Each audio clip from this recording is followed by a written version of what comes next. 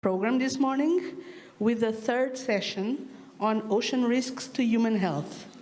So I would ask to please join us on stage Margaret Spring from the Monterey Bay Aquarium in the US, Maria João Biano from the Portuguese Ocean Decade Committee and the Center for Marine and Environmental Research, CIMA, and Susana Loureiro from the Center of Environmental and Marine Studies, CESAM. This session will be moderated by Andrei Polejak, joining us from the National Institute of Oceanographic Research in Brazil. Good morning.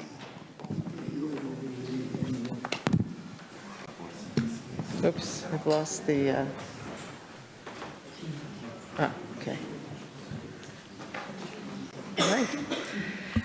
Hello, good morning. Thanks for having me here. I want to thank particularly Luis and the Lisbon Academy of Science, the Portuguese Academy of Sciences for organizing this event, and of course for the support of the Monterey Bay Aquarium and the National Academy of Sciences in the United States. Today we're going to take a very shallow dive into the Minderoo-Monaco report, but first I want to take a step back and say a few things. Ocean science has brought the problem of ocean pollution to policymakers, and I want to give credit where credit is due. And for decades, studies of ocean pollution highlighted the pervasive presence of plastic waste in various marine environments, spanning from the deep sea all the way to our coastal shores. But scientific understanding has sped up on the extent and impacts of plastic pollution and grown significantly in recent years, largely in response to activity that's occurring at the global, national, and local level by policymakers.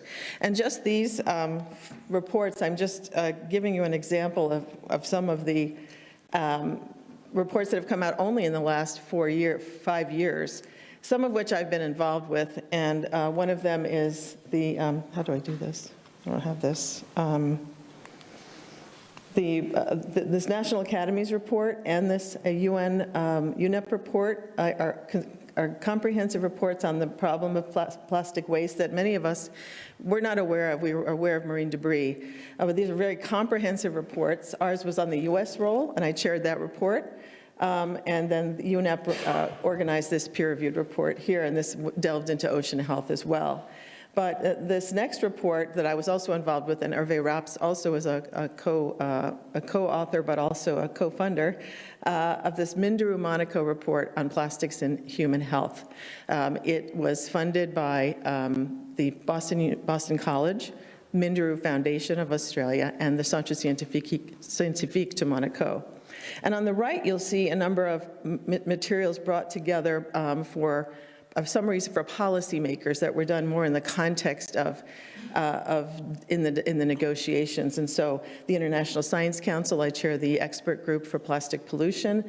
There's the Scientist Coalition for an Effective Plastic Treaty, and then you have a number of other reports culminating with another policymaker notice from out of the Lancet. So there's a lot of activity going on in addition, in these syntheses, in addition to the almost daily reports on the harms of plastic pollution. So that is the context in which I'm going to be talking a little bit about the importance of the Minderoo-Monaco report. And all of these reports and policymaker summaries are incredibly aligned. The science is not in dispute of what we know and that we know enough to act.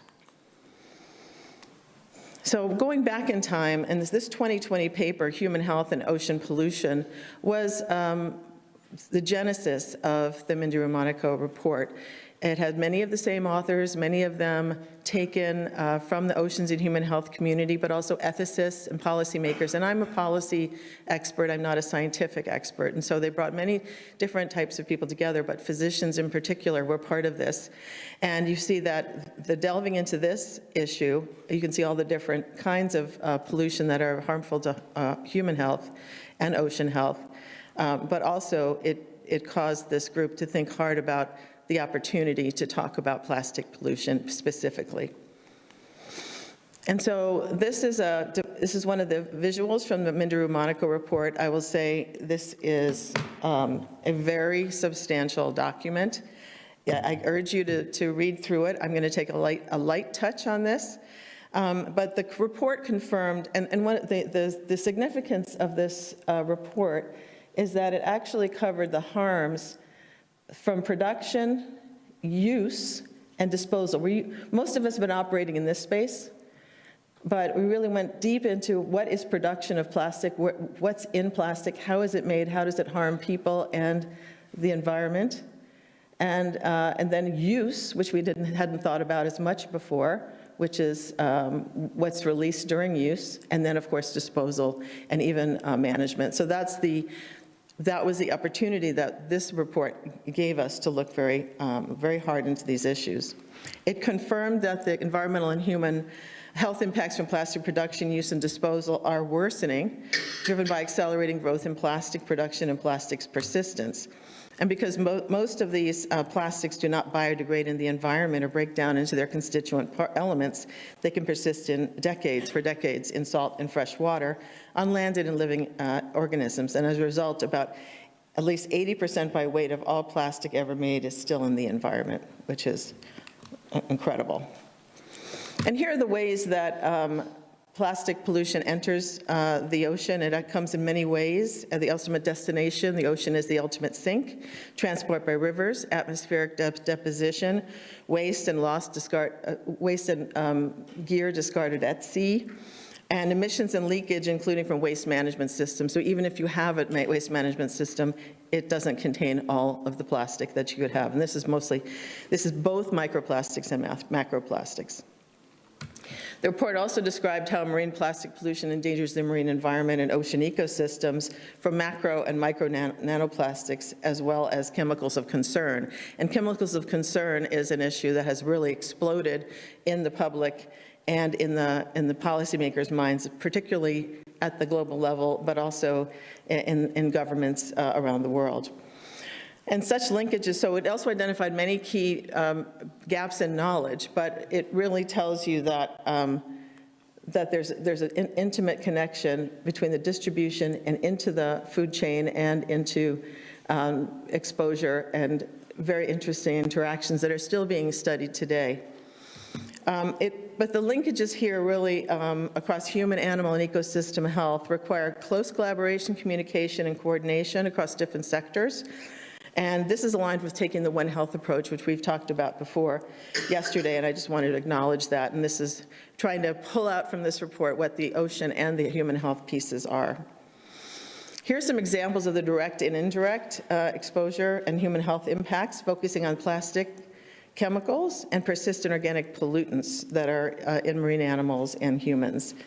As many of you know, plastic chemicals leach from plastic waste and the plastics we use, and most plastic chemicals, including additives, are not chemically bound to the polymer matrix. Instead, they're physically blended into polymers, and so they enter the environment by leaching, volatilization, and abrasion. These chemicals can then enter the human body via ingestion, inhalation, and dermal absorption. And food contact materials are an important source of human exposure to plastic chemicals. Almost 1,400 plastic food contact chemicals have been detected in humans of all ages. So if you want to look at this, you can see this absorption, leaching. There's a whole cycle here that we have to worry about, and it's always coming and going. So one of the things that we talked about in the Monaco report is the fact that chemicals of concern are really not a very well known. They're known and unknown. So most of the established harms that we know about and we can document are from chemicals of concern, because we know a lot about some chemicals, but not all. And this diagram from a follow-on report, not by us, but it updated the numbers that we need to know about with chemicals, and confirmed that hazard data are not publicly available for more than 2/3 of known plastic chemicals. And where hazard data are available, they're often incomplete. And of the plastic chemicals for which data are available, approximately 75%, more than 4,200 substances, have been found to be highly hazardous due to their toxic effects, persistence, bioaccumulation, and mobility.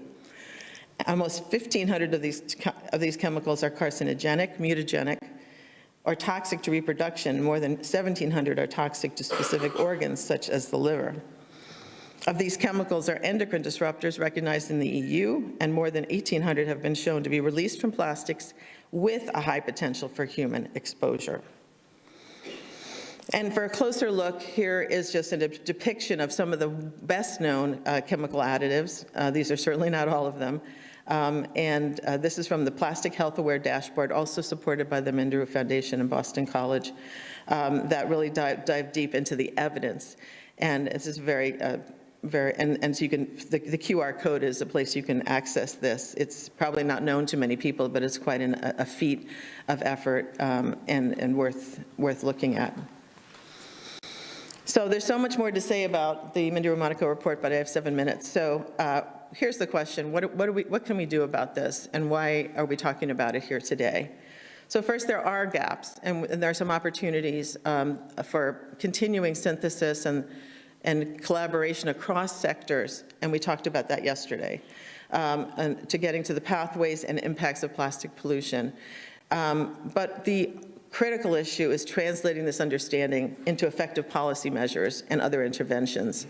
And so I'm mentioning the global plastic treaty negotiations here because that's the opportunity in front of us. If you don't have something happening in your own country, the EU has been very active, Canada has been active, some other countries have been active, but this is going to be a critical issue to get right at the global level, and it's tough. Politically, it's very tough. So there's this global plastic treaty that is on a hiatus right now as we elect a new chair in February, and then they will continue meeting. It's a very heavy lift. They're going after trying to control production, use, and disposal at the same time is quite complicated. But there's also a science policy panel being formed on chemicals, waste, and pollution, which is also meeting next year in Geneva.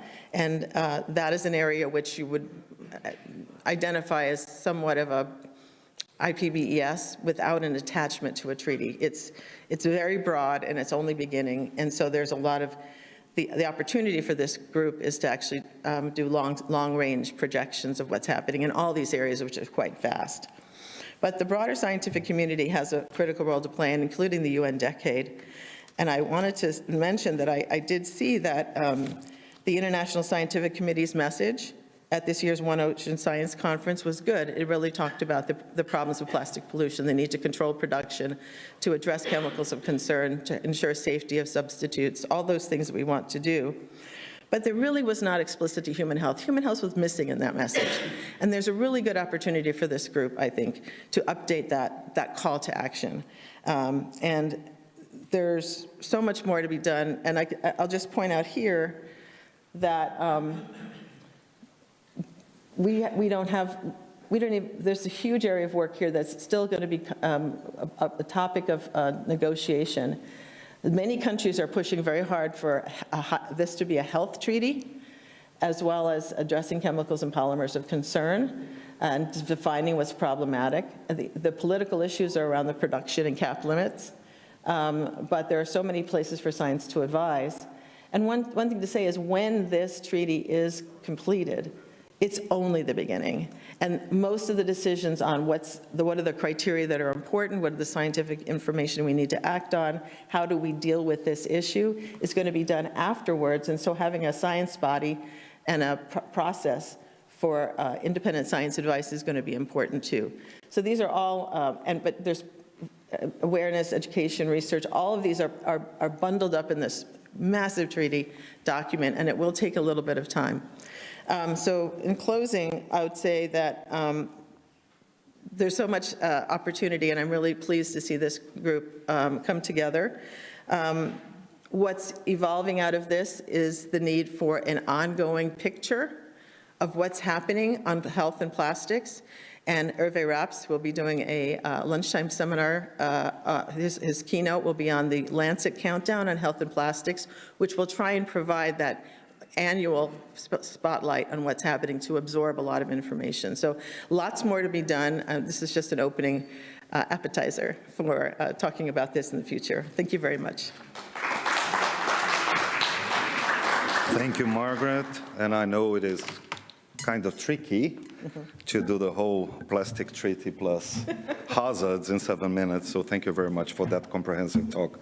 Now, please, Professor Maria João Bebiano, the floor is yours. Thank you. Good morning. So after visible pollution, we're going to start with the invisible one, which has not have as much attention as plastic and is probably worse than the one. So I would like to start with a positive measure, saying that the ocean offers large benefits to human health and well-being, and there is health benefits of people living in the sea, and we have the linkage with the SDGs 14 and 3 and the targets. And the targets are really interesting because they have to reduce illness and deaths from hazard chemicals and also reduce marine pollution. And it was supposed to reduce marine pollution this year, which didn't happen. So a positive thing is that we have a lot of pharmaceutical compounds that have been discovered based on marine species like sponges and tunicates. So these, and we heard yesterday, we have 1,425 new bioactive products. So this is the good news, that the ocean is providing good information for human health.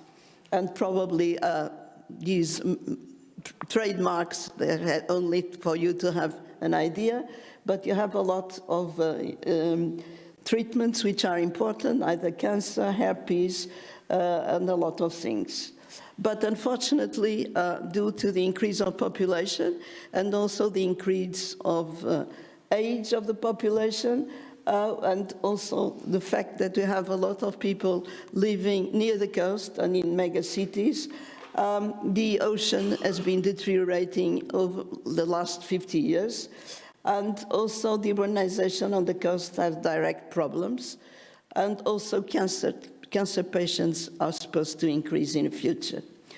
So we are having a lot of information, having a lot of pharmaceutical compounds that go into came from hospital effluents, also from wastewater treatment plants, because people now, most of the time, do their treatment at home, and also a source from aquaculture. So these are a list of pharmaceuticals that we have already identified in the water of a lot of information. So these antibiotics, analgesic, anti-asthmatics, you name it, most of it, probably most of you take it. And these are the percentage of the different pharmaceuticals that have been identified in the ocean.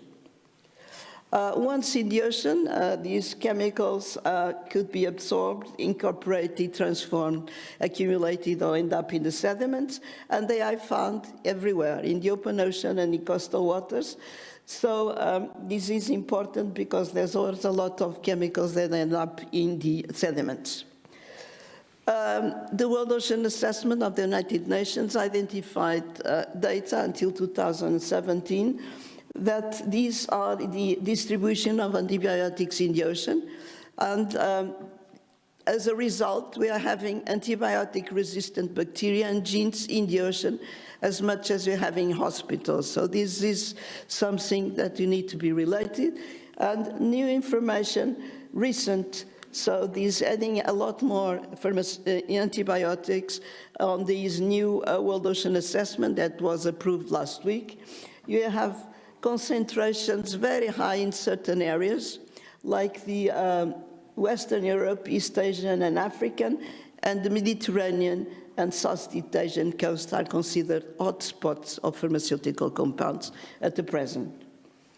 So if you move into Portugal and looking at two wastewater treatment plants which have different treatments, you can see what are the amounts. These are the ones that have been identified, that we can find, at least these are wastewater treatment plants in the south of Portugal.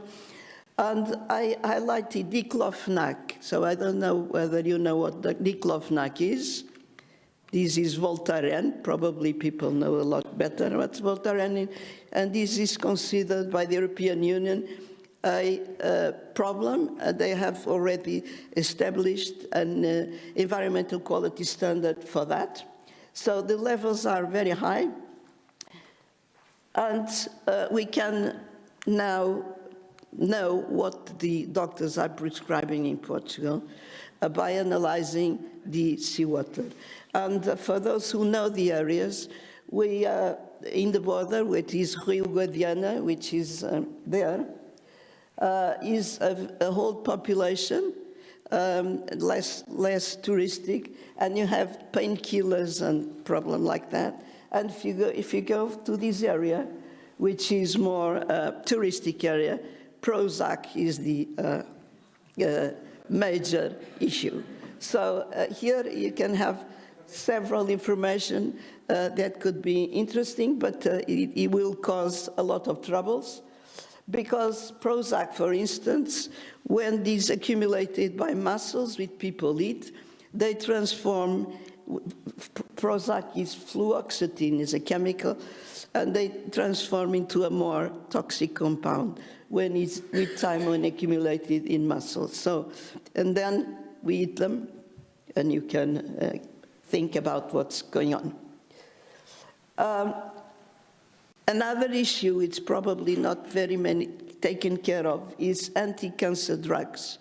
We are having also a lot of information about the effects that anti-cancer drugs. These are cisplatin, tamoxifen, and cyclophosphamide that were identified in the sediments, and they have a lot of effects like oxidative stress, damage, neurotoxicity, genotoxicity. Depending on the different, oxidative stress and genotoxicity is also common in other ones. So we are inducing biodiversity loss by the presence of these chemicals. So these are the effects that are already known. So endocrine disruption in marine organisms, antibiotic resistance, as I mentioned before, behavioral changes in some marine biota, and threat to biodiversity and to ecosystem health and also services, and exposure to human health indirectly by seafood. So the take-home message, and I think we need to take, is reduce the use of pharmaceuticals or recycle them properly, and then better dispose the end pipe emissions, because this is also something, and the proper healthcare industry need to reduce the ocean footprint, monitoring programs, because there's a lot of gaps of information still. So something which is important is to have monitoring programs, understanding what these pharmaceutical compounds and also other healthcare components, and improve the wastewater treatments, because they are not able to reduce the impact. Although there are some new information in certain countries, but and when you go to the world level, there's a lot of countries we don't have at all even treatment. So that is my message, and thank you, because the ocean can continue without humans, but humans cannot continue without the ocean. So thank you very much. Muito obrigado, Professor João Bebiano, for such a disturbing presentation. It got me certainly very worried. So thank you very much. Professor Susana, please, the floor is yours.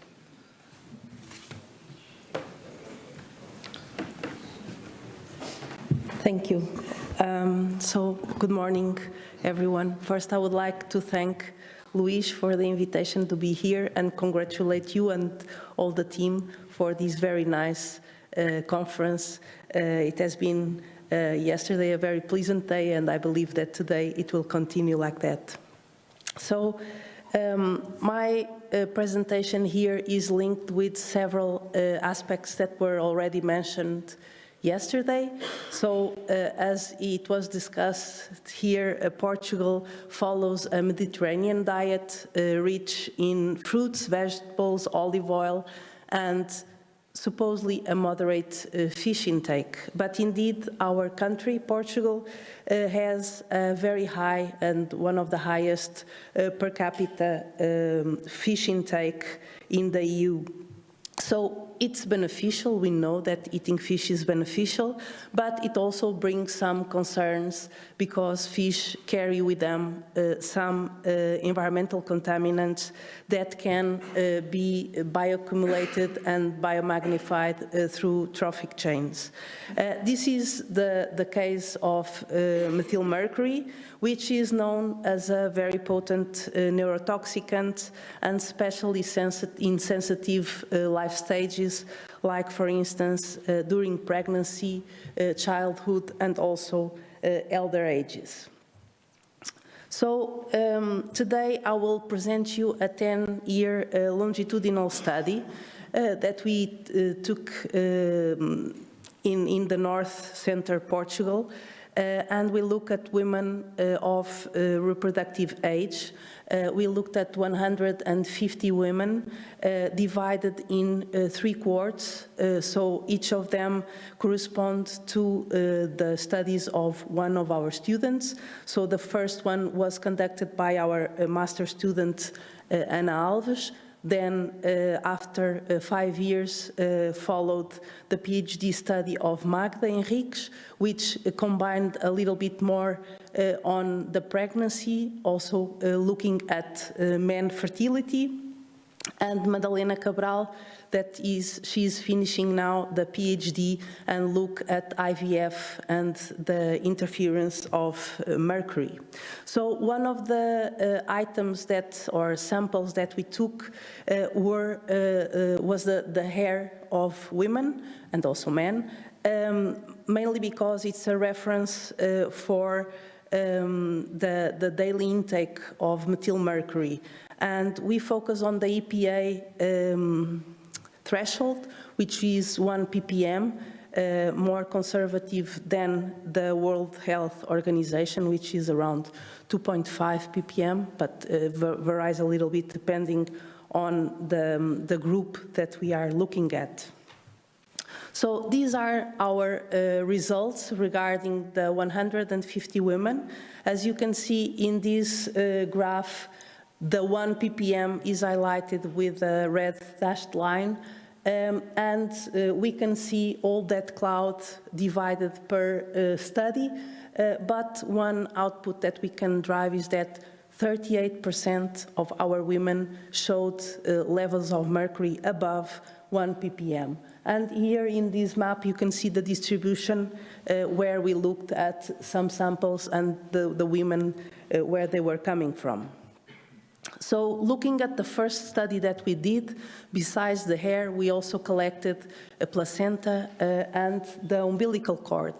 And one of the things that we saw in the placenta was that we divided the placenta in 3 parts. So the decidual basalis, the chorionic plate, and the amniotic membrane. So the amniotic membrane is a membrane that separates the placenta that is close to the mother and the part that is close to the baby. So it can work like a barrier. And we observed that the highest concentration in these samples were located in the amniotic membrane, mentioning that these can be a way for a protection to the baby, although in the umbilical cord we still see some accumulation of mercury, saying that the mercury is arriving to the baby. So then we followed with Magda's work, and one of the things that we did was a review paper on the exposure of mercury and human reproductive health that was this month cited in the Hill report on chemical pollution and men's health, and where we looked at several reported endpoints for human reproductive outcomes, so semen parameters, endocrine system, IVF success. So there are already some remarks on this. And looking at that, Magda found out that in men, this accumulation of mercury was directly related with fish intake. So men that were having 4 to 6 times a week fish, they were presenting higher levels of mercury in their hair. But besides that, you can see in the bottom 2 graphs. The first one shows the principal piece defect, which is the defect that semen can have in the tail of the sperm, and we can see a correlation between these defects, the occurrence of these defects, and the levels of mercury in the hair. Also, in the right side graph, the teratozoospermia index, which provides the information on how many defects you can see in sperm. So if it's in the head, in the mitochondrial part, or in the tail. And this is also providing a correlation with the concentration of mercury in the hair of men. So this is somehow indicating that some of the problems about men infertility is driven by environmental contaminants, because when infertility issues occur, usually they are devoted to some reasoning, but there is also a percentage of men whose infertility reasoning is unknown. And this unknown may be related with environmental contaminants. So, as a take-home message, I think that we all know that mercury contamination is an old concern, but it's still present and very present, and is highly linked with fish consumption, although other activities and habits that we have during our lifetime also make us exposed to these contaminants or others like cosmetics or air pollution.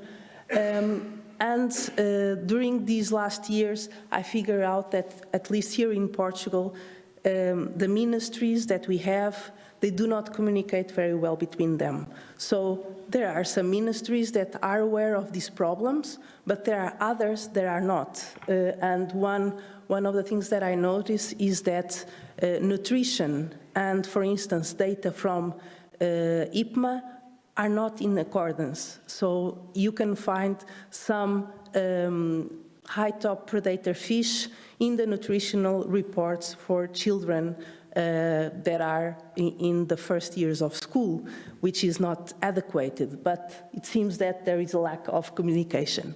So I would like to thank you all for this, and I'm open to questions.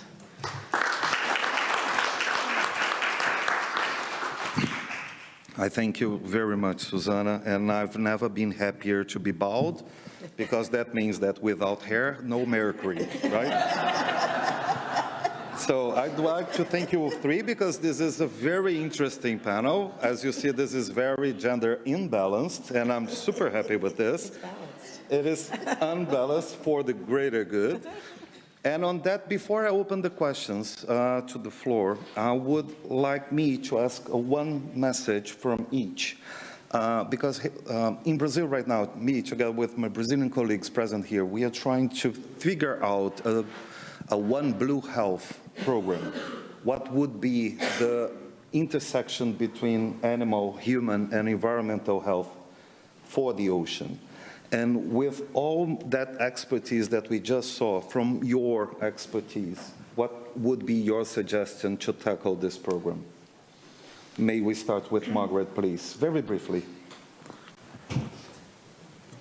Sure. I mean, I think that we as humans are responsible for all of this. So, and in most environmental treaties, or even and specifically in the plastic treaty, we are not controlling our impact. So I think better controls on production of these and transparency about what's happening with them are critical issues, and transparency around chemicals, really understanding what the load is. So I think, we're just looking for source reduction at the simplest, because we can control plastic pollution. I think other issues will have different dimensions of that, but source control, yes. Thank you very much. Now, Professor Maria João Bibiano, please. Well, as you've seen in this panel, these contaminants, they are not alone. So we haven't looked at the cumulative effects of all these. So this might be a huge problem, is how do you link pharmaceuticals in plastic with mercury in metals, with PFAS and all sorts of. The cumulative effects are something which need to be looked at. There's very, very few information so far. And also there are ideas of putting together some targets. So probably you can try to apply that in Brazil. They probably have interesting things. But I can tell you that a work that we have done with pharmaceuticals in Brazilian oysters and paracetamol, they are fine. So Brazilian oyster doesn't like paracetamol, so. Well, at least one good news. One good news. Susanna, please, your turn. Thank you. Well, I think that the novelty that are arising with new chemicals that are always produced is something that we should be aware of, but we cannot forget the legacy chemicals, because they are still here. And this mixture that Maria João was talking about is very important. And nowadays the EU is trying to implement the MAF, which is the mixture assessment factor, within the REACH regulation. But considering that the REACH regulation does not comply with pharmaceuticals or pesticides, plant protection products, this mixture assessment factor should be implemented globally in all the regulations. But still, lobbies are strong, and the decision which will be the factor to apply is still under discussion. They would like to have these dealt with in 2026, but I don't believe that, because they haven't decided yet what will be the factor. But I think that this is crucial for this kind of pollution problems, because chemicals are not alone, so they interact with each other, and the worst thing is that they interact inside us and the animals and the living organisms, so that may be the hardest part to figure out. Thank you very much. That seems really, really scary. And on top of that, you also have the whole ocean dynamics, right? So physical oceanography and chemical oceanography, looking at how the dispersion of that is happening in the environment. So yes, I'm getting very worried about that. So I'm opening the floors, starting with Ricardo, please. Where's the microphone? Patrícia, obrigado. So 2 questions. Thank you. Very interesting, very scary. In fact, we are in the times of eco-anxiety, toxic anxiety, and I have an issue regarding Susanna. Very interesting work, but many years ago, in the last century, my group was studying the mercury in Madeira, namely Camarade lobos, because there was a problem with black scabard fish, and Maria João knows that well, and there was a lot of discussions in the press. But my question is that, in fact, there are 2 places here in Portugal. I come from the Azores. One is Camarade lobos in Madeira, and the other is one rabbit peixe in São Miguel in the Azores, where they eat a lot of fish, a lot of mercury, and they have the higher numbers of natality in Portugal. 8 children, 12 children. This is a scenario laboratory for you. You know, living beings have a high adaptive way of, nature is very bright, and they can deal with this. So one of the things that we were looking at, and we still have to figure out what that means, is that we found some correlation in 50 men regarding these defects in the sperm, but we found the opposite in women. Yes, so if we do and this is something that we still have to explore, because of course that we don't have a very wide number of women and men. So we need to complement with more studies, and this implies a lot of money and effort. And we were looking at the concentration in hair of fertile women and the ones that have infertility problems. And we see the opposite. So it seems that mercury potentiates fertility. So, but this is, of course, that this has to be taken very carefully also with these first data that we have in men, because it's just 50 men. So now we will have data to bridge it to 100 men. But of course that these would need a much higher number of sampling so that we are sure about these.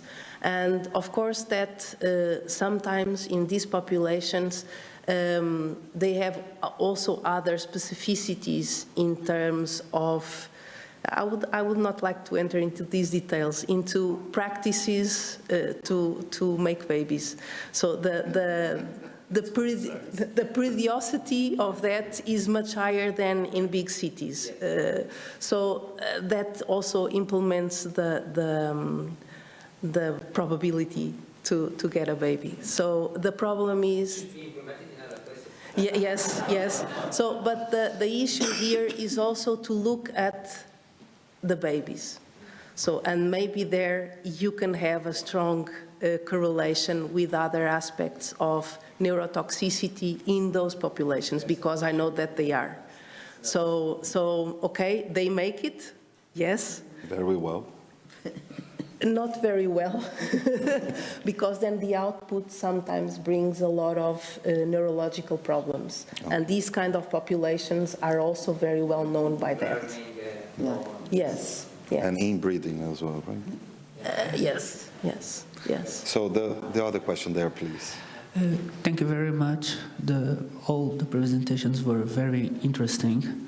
But I would like to ask something a little bit against what all of you presented, that when do you believe that being concerned about the chemicals that we are putting into our environment becomes a fear-mongering exercise? Because we certainly believe that we live better now than we lived in the 19th century. Because, okay, antibiotic resistance, a problem, but better a little bit of antibiotic resistance than millions dying out of a common cold or a common bacteria. So what is the difference between being concerned and having acceptable risks and taking acceptable risks? I would just like to make a comment that we are not alone in the world. So, but I'm not sure if we live better than we lived some years ago, until in terms of the last years of our lives.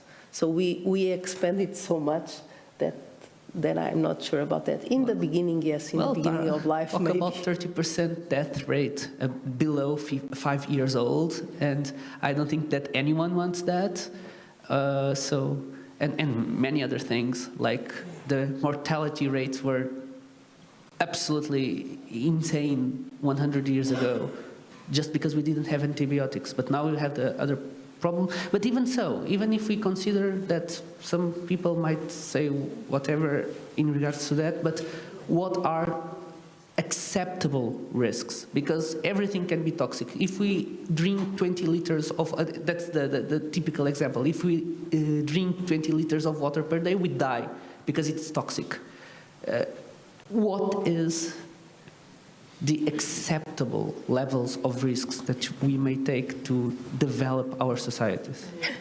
You should be negotiating at the treaty, because I hear a lot of people saying that, but I think the question is who, so this is a societal question you're asking us, and it is an active question. I think minimizing it, we have an experiment going on where we're expelling huge amounts of novel substances into the environment. So we won't know the impact of that for a long time. So some would say a risk assessment approach is best, where you have to have proof, double-blind studies. I hear this all the time. And that's not possible for the most part here. And that is often used as a delay technique. However, it's a fair question. What will we accept? A doctor every day has to weigh that, I'm sure, in treating someone. So those are questions that will happen. But we do see in the data certain vulnerable groups that and certain sort of babies, children, women, fence-line communities, where we're overly affecting them, and how can we manage those areas? So there's a way you can deal with hotspots. Is everybody at the same risk? All of this happens in every environmental question, contamination question. And it's active, but I do think I would beware of being complacent that if we haven't gotten to perfect knowledge that we shouldn't do anything. So I think that the scientific consensus is that we know enough to act. The question is, what do we do? Do we manage exposure?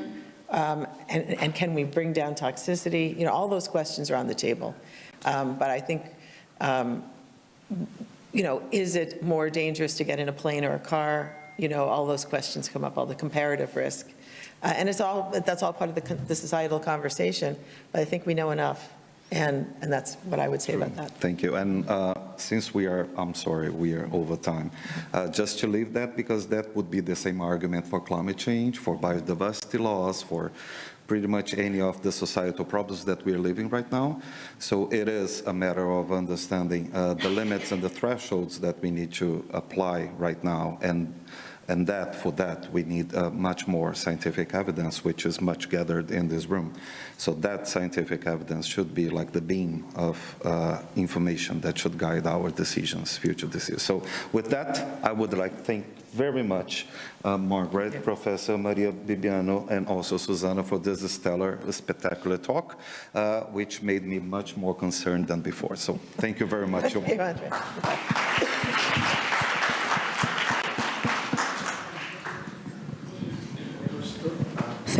Thank you for all speakers. We now move to the last session on ocean risks to human health. So we welcome to the stage Jens Gereinhardt, who will join us online from Geomar, Helmholtz Center for Ocean Research in Kiel, Ricardo Serrão Santos, representing Oceanos and the Lisbon Academy of Sciences, as well as Maria Angela Serafim from the local health unit Algarve and CIMA. And this session will be moderated by Juana Jimenez, representing the Ocean Decade Committee in Belgium and the Flanders Marine Institute.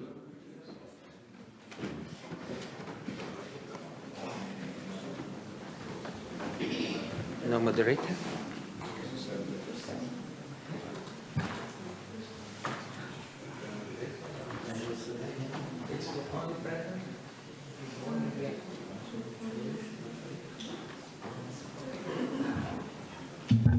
So we can start with our first speaker that is online, Jens from Geomar. Can you hear us well?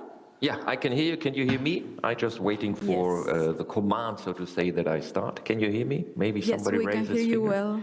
Perfect. Okay, so then I start sharing my screen and starting my presentation. So some people, I listened to the talks before. Some people said they are scared. I think now you will get scared. Yeah, before it was not so scary. Now it becomes scary. Okay, so this is about, hang on. So you see in full screen now my presentation. So this is about marine munition and their impacts on human and ocean health. And I unfortunately have to race through it because I don't have so much time. So you might ask your question, okay, how is munition coming into the sea? So it's quite simple. During war activities, of course, there's been munition entered the sea through grenades and bombs and you name it. But also after the wars, there has been a lot of munition that was not fused has been dumped into the ocean because, at least in Germany, the Allies wanted to get rid of the munition and demilitarize Germany. And we know that this is a global problem everywhere on Earth where there has been wars close to shore. Yeah, we have munition, and this is how it looks like in Europe. So all these red dots are munition encounters, and the areas are dedicated munition dump sites. And typically they are not in the middle of the North Sea, they are not in the middle of the Atlantic, they are very close to shore because this was simply easier. And what has been dumped is conventional munition, so that's the munition that makes boom, but also chemical munition. So mustard gas and taboon and other nerve agents have been placed into the ocean simply to get rid of them. Yeah, and this from now, or at the moment, it looks like an absolutely stupid idea to put toxic waste into the ocean, but I mean, in those times, for 80 years, they simply did it. And this munition actually is a threat to people, it's a threat to the economy, to fisheries, to shipping routes, offshore construction. Offshore wind energy has to deal with munition encounters, and they have to remediate it, but it's also an issue to security, which becomes more and more important, and to the environment. And that's what I will talk about. This is, for example, how it looks like in a very touristy area in Germany, in Lübeck Bay. What you see here is only parts of a 5,000 cluster bomblets carpet on the seafloor in 20 meters water depth. So we're not talking about 1,000 meters. This is 20 meters water depth. You see the scale on the bottom left, yeah, and you see the housings for these bomblets. So these are cluster bombs that we have, yeah, and they are actually fused, so which is an additional threat. What we also have is that sometimes we encounter phosphorus on the beaches or explosives. So the little boy there found a piece of rock. He thought it's a piece of rock, but in fact it was explosives, yeah, with TNT, but also with picric acid, yeah, because that's part of the picric acid. It's part of the explosives. So these explosives are typically mixtures of different chemicals, and one very important chemical is TNT. So that's what you know. So you have this, and the bottom you see white phosphorus burning, which is burns very, very hot.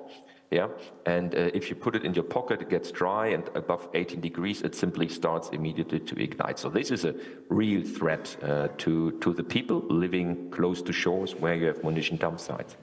The other thing is that we know that these toxic substances like TNT or RDX, which is another explosive chemical, yeah, is entering the environment. Because the metal shell from the bombs, and on the bottom left, you see actually a 1,000-ton explosive warhead of a rocket, yeah, F-103 rocket warhead, and this whitish stuff that looks like cheese a little bit is the explosives, and this is dissolves into the water, and we see that at munition dump sites, yeah, where the red dots are getting bigger and darker. We have higher concentrations of TNT, but also RDX. And the important part is if you want to study this, you have to not only analyze one chemical substance, you have to analyze 20, 25 chemical substances from those explosives. There are several hundreds of explosive chemicals in old munition, but also in current day munition. So the problem is with those chemicals, yeah, is that you saw that they are benzoyl rings. All these chemicals and also the metabolites of these chemicals, of TNT, for example, they are all carcinogenic and mutagenic. So you simply don't want to have this in the environment. And we see that it's not just in the water, but we see that it's also going, for example, here into mussels. So colleagues from the University Hospital here in Kiel, from the Toxicological Institute, they deployed simple mussel moorings. So you see a bag with mussels, blue mussels, Mutulus, Idylus, near munition dump sites, or actually in munition dump sites near open explosives. And what you see on the bottom, on the top right, is that the concentration of TNT, 2-ADNT and 4-ADNT actually increases when you are very close to the location. And this is measured in the mussel. So they put the mussel out there for 1, 2, 3 months, they retrieve it, then they make a mussel smoothie, so to say, and then they put it through their mass spectrometers to analyze some substances. So we could prove, or actually they could prove, that this TNT is going into fauna. We also see that it goes into the fish, yeah, as the mercury that you explained, yeah, mercury also goes into the fish. Actually, there is the potential that also munition is a source for the mercury, because the fuses sometimes have mercury. Mercury is very sensitive, and in the fuses of munition you can have mercury. So far we couldn't see a clear correlation between increased mercury in fish with relation to munition dump sites, so we didn't see this.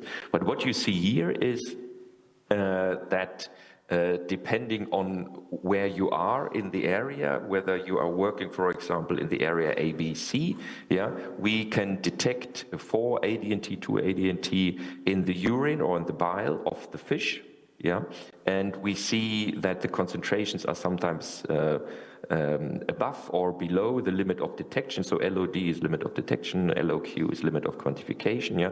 And you see that particularly in the Kolberger Heide, which is the B location, yeah, the concentrations simply increase. This is where you have munition, you simply see actually that the chemicals actually enter the food chain. What we also see on studies from fish that we actually bought, or a colleague of mine, Aaron Beck, bought at the local fish market here, yeah, that we do not only have these chemicals in the guts, so in the bile and in the gills, but also, and in the liver, but also in the flesh. So that's what you don't want. Yeah, I mean, people typically don't eat the liver of the fish. Some people actually do, but mainly you're not doing that. Yeah, so this is the natural mechanism of organisms to get rid of toxic chemicals. Yeah, so the increase in the liver is quite high. You can get tumors, was written on the previous slide. Yeah, but we also see that small amounts actually enter the fish fillet, and that's what you eat. Yeah, on top of your mercury poisoning, so to say, yeah, you get some TNT poisoning in your when you eat fish from areas where there is munition in the sea. And the big issue is that many countries, particularly Portugal, I have to say, are not really aware or not really open with what they know about the munition dumps in their waters. So in Germany, this is a big topic. We talk about this. In the Baltic Sea region, it's a big topic. They are talking about this. But in many other countries in Europe, it's not a big topic, although they have the same amount of munition, and particularly in the Adriatic Sea, there's a lot of chemical warfare agents have been dumped there. So that's an issue. This is fact. And the question is, what can we do about it? There are several options for clearing munition. So one is, which is not seen so, or what environmentalists simply don't like, yeah, it's the high order detonation, where you detonate a munition object at sea on the seafloor. This is sometimes the last thing we can do if this object has to be removed, but it's so fragile that you not even can touch it. Yeah, you simply have to detonate it. But the point is that you create a big pressure wave, and then you harm particularly mammals in the vicinity. And I mean, those explosions are made to destroy ships, so they have a lot of energy in them. And what you do is, or one mitigation measure is that you have a double bubble curtain around the detonation site, yeah, which again brings some issues with health to the environment, yeah, because you have to have a big ship and you create some noise with the bubbles, and you release a lot of CO2 if you have 18 compressors working to get the needed amount of munition, air into the water. Yeah, there's another thing. You can have low order detonations where you simply pop open, so to say, the munition object, but then you distribute potentially the explosives fine distributed into the environment, and then you increase the surface area and you release even more toxic substance into the environment. You do not have the big boom that harms mammals, but you create some toxic substance. So the gold standard would be to remove the munition and dispose it safely on land or at sea at the disposal plants, yeah? And luckily, so we have some options, but the last option is the most expensive one, most dangerous one, but it is possible. So in Germany, there is a 100 million euro project by the federal government, by the Ministry for the Environment, where they try to remove some of these big munition piles in one of our bays, so in Lübeck Bay. That's the same bay as I showed before, yeah? And here you see on top, you see a dump site. It actually comes from a capsized barge, which you see on the top right. You see the end and you see the rudder still, yeah? And we did some photomosaicing in those sites, which you see enlarged on the right-hand side. And in August, they removed this pile. It's one pile. And in Lübeck Bay, we have 430 of those piles. Yeah, so it will take some time to get rid of all this, but there are options. And this brings me to the end of my talk. What is needed on European Union level, and we do this in quite a number of European Union projects. They are called MuniRisk, MuniMap, Minesweeper, RayMarco, and you name it. So it's actually, there is a lot of scientific activity with national governments, with local authorities, and you name it. So this is ongoing, but the problem has not been solved. It is slowly boiling up towards national regulations, but also on EU level. And what is needed is that we increase the data exchange to have a good basement to discuss with our neighboring countries. Okay, do we have to act and should we act? Yeah, I think, or we think that munition and the toxic substances should be taken up in the MSFD. We need business incentives on European Union level so that companies develop technology faster and quicker and make them more effective as it is at the moment. There is munition being removed from the sea more or less every day. Yeah, so, but it's not meant to remove large amounts from munition dump sites, and that's where we have to go. And this is more or less the same with the next bullet point. Remediation technologies need to be increased, and we have to reach higher TRL, so technological readiness levels. And what is also needed, but that's what we are doing, and that's also quite nice where I can talk here, is that we support knowledge transfer and exchange on European level, but also on global level. And with this, I'm done. Thank you very much for listening. Thank you very much, Jens, for also scaring us, but at the end, give us some hope and some actions of what we can do. Next, I would like to invite Ricardo to the stage.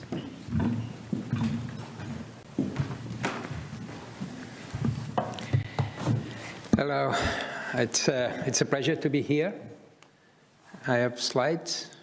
Yeah? Okay. And I hope you are so kind with me as with the others in the previous session. With the time, I spent yesterday reducing this to 7 minutes, and I have to condensate 5,025 years in 7 minutes. Let's see how it works. And my question today is simple. I wonder how, as each historical age, imagine the relationship between the sea and the human bodies. For that, I would like to explain a grid I have been working. It is a very simple timeline, but it helps to organize long histories. And I divided the history of culture in Western civilization, as to so, in 3 ages. The first age goes from antiquity to the end of Middle Age. It's roughly 2000, from 2000 before Common Era to 1,500 years.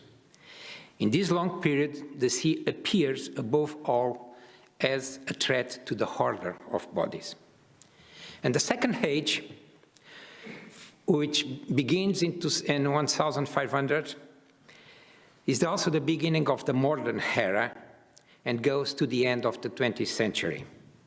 And the ocean becomes a nurturing mother, apparently boundless in resources and in healing power. And the third is the contemporary, and we had a lot of examples here today, how we are living the last 50, 25 years.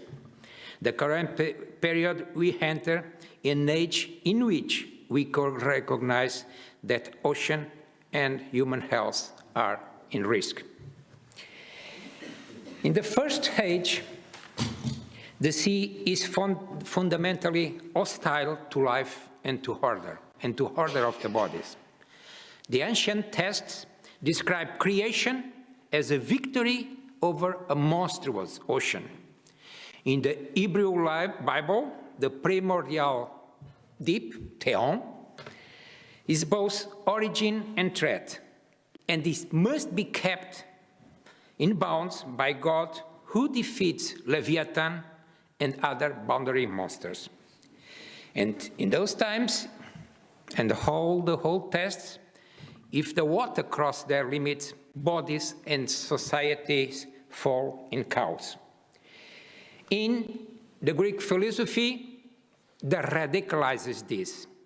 In Phaedon by Plato, he says that in the sea, nothing truly valuable grows. It is all sand, mud, fissures, and swamps. Sick. The sea, so in those times, is associated, and you have other examples there that I cannot read, if otherwise the time will not go. The sea is associated with instability, impurity, and moral risks, not with health. In Rome and the Middle Age inherited this suspicion. In Republic Rome, so-called monstrous birds are led to the sea, drowned and scattered in the water as a way of dispersing miasma. At the same time, the shoreline is morally dangerous. The poet Propertius speaks of a corrupted Naples Bay, and medieval Christianity and Anglo-Saxon poems see the sea as a place to be avoided. Else here means keeping a safe distance and using the sea as a sink, but not as a place to live. There is, however, a purifying function. Cicero notes that families of those at sea do not need purification rites because salt water swallows the pollution and the bones disappear. And the philosopher Euripides declares that the author, it wrote theater. Euripides declares that seawater washes away all human stains. The sea, in fact, is a danger, at the same time is a cleanser. In the Second Age, with the Renaissance and modernity, the tone changed completely. Luis Camões is inaugural on this. And he signs a new maritime confidence, saying, forget the old gods. Luis de Granada, the priest, also from already the 16th century, dares to call God an ocean sea. Hugo Grotius, the lawyer, says the sea can be used without loss. And then the priest Antonio Vieira, who wrote the Sermon to the Fish, calls the sea very wide, very fertile, very abundant, feeding coastal people with what it throws onto the beach.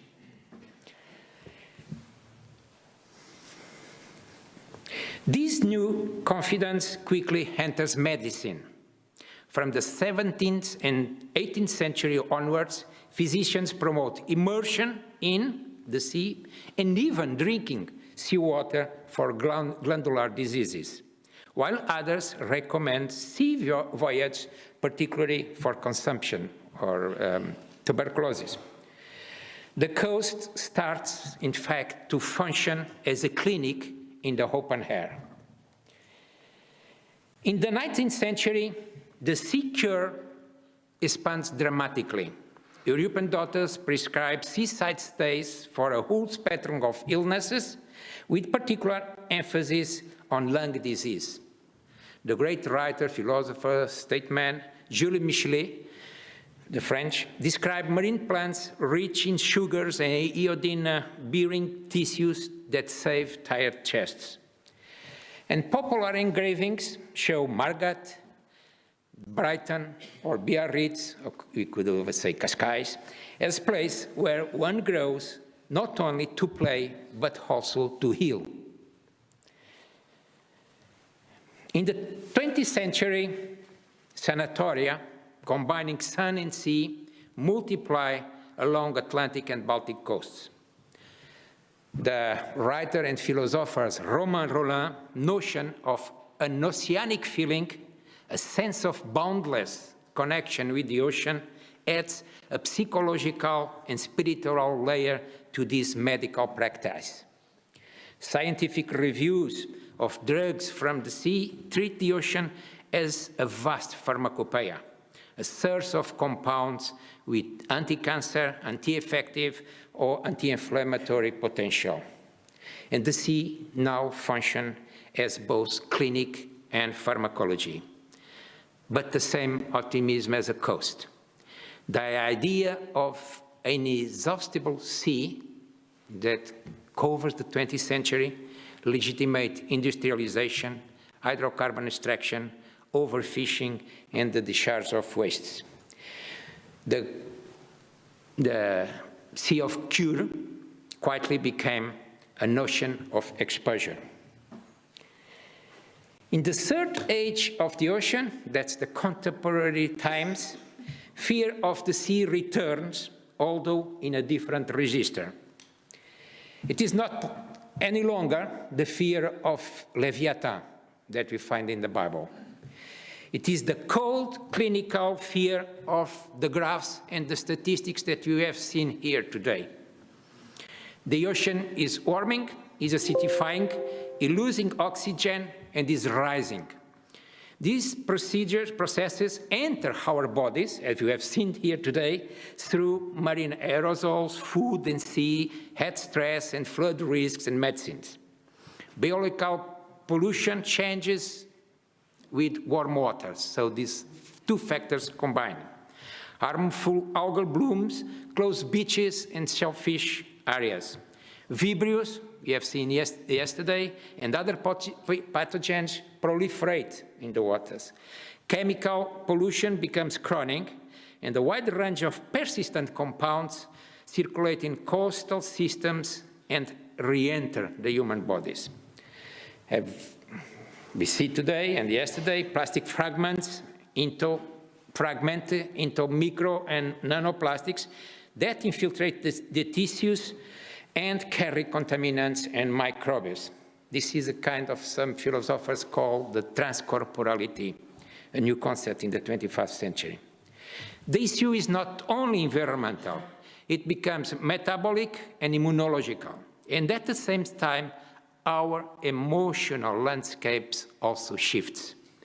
New diagnoses appear. Echoes anxiety, the restless anticipation of what lies ahead is fueled by repeated warnings and extreme events.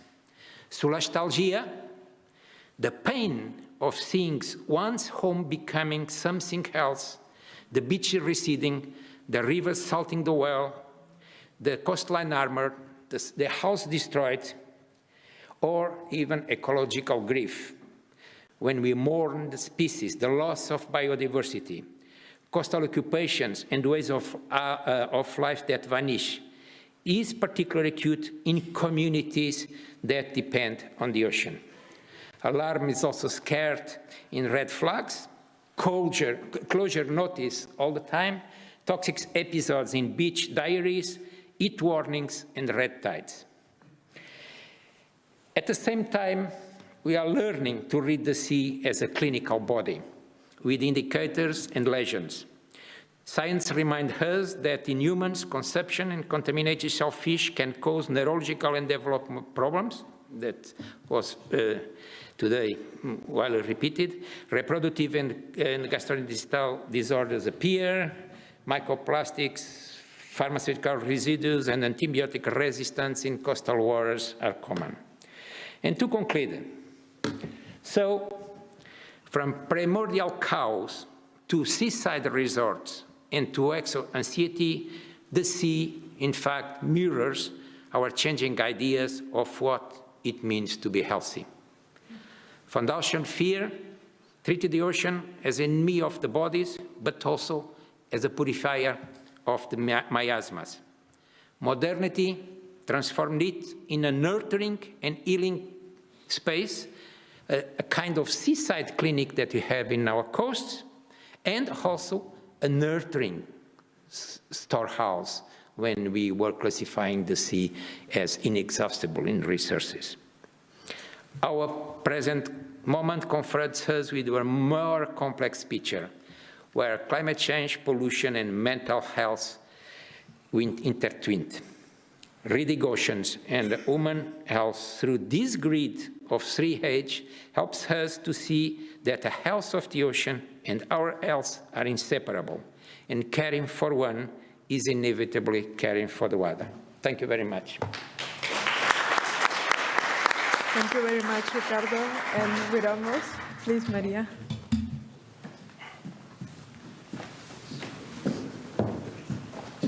How long did I do? You want to say? No, it's 13, no.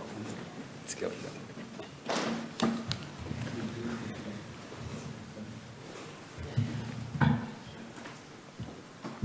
Hello, good morning. My name is Angela Serafim, and I am a clinical pathologist at Hospital Faro and also a member of CIMA, Center for Marine and Environmental Research at the University of Algarve. And it's a pleasure to be here and share a topic that connects human health with ocean in a period very important of life, pregnancy. The placenta, it's an amazing organ.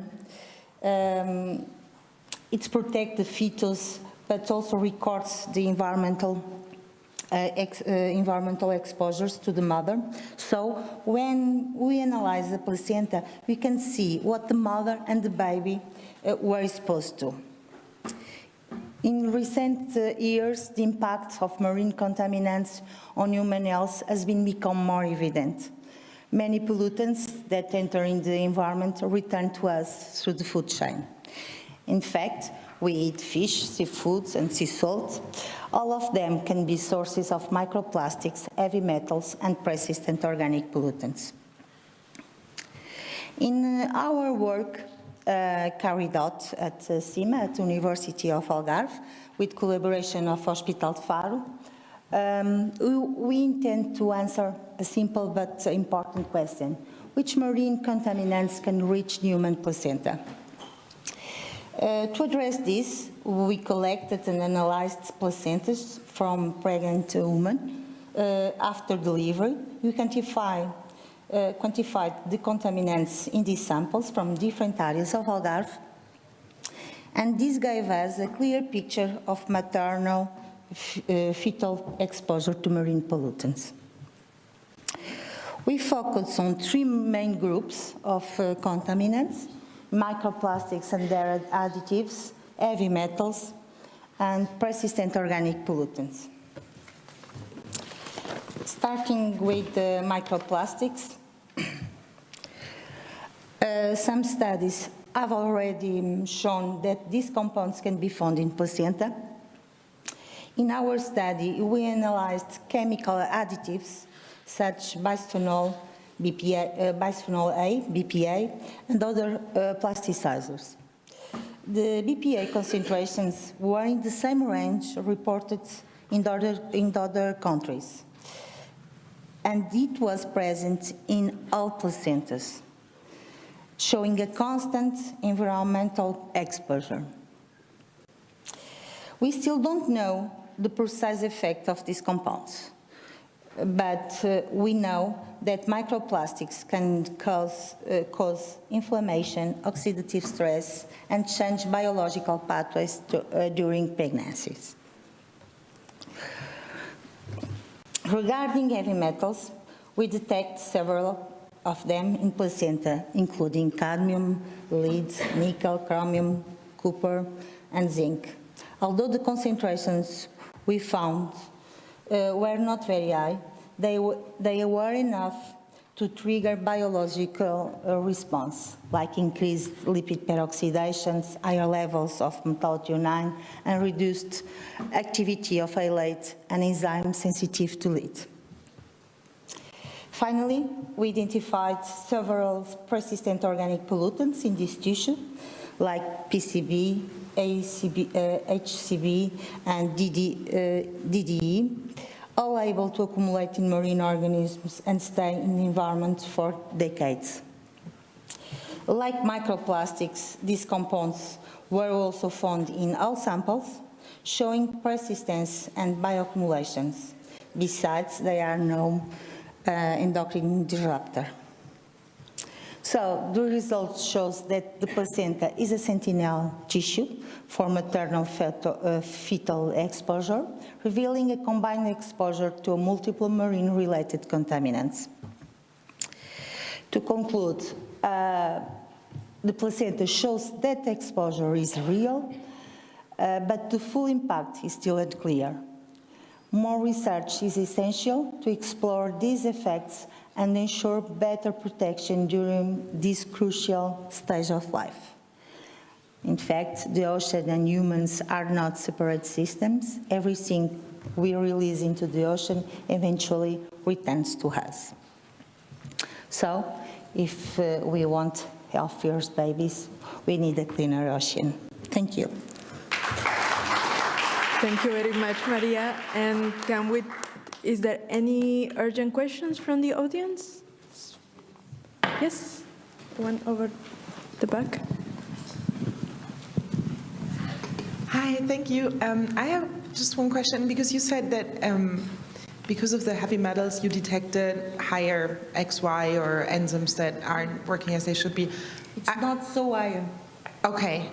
I just wonder, what's the control? What's the comparison? Higher than what? In the different tissue, or people that don't live by the sea? Or? We compare with different places and with different, you know, the mother is a city where it's post or no, and the other countries and the other samples places. See, yes, the control is we know what is the concentrations that can be toxic. So we know, we have this idea about the concentrations.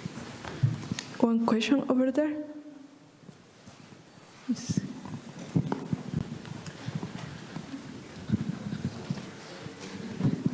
Hi, thank you. My question is for Ricardo. Thank you, that was a really fascinating talk.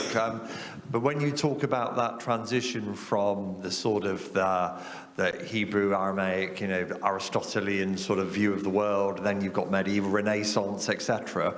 That's a very Eurocentric timeline. And I wondered if you've looked at if that same timeline exists in maybe South America or Asia, because they did, you know, that would be very different, I expect. I wondered if you looked at that. It's a very good point. Very good point. That's why when I'm working on that, I tell it's the age of the ocean in Western culture. What that means, we discuss a lot what the Western culture in those days.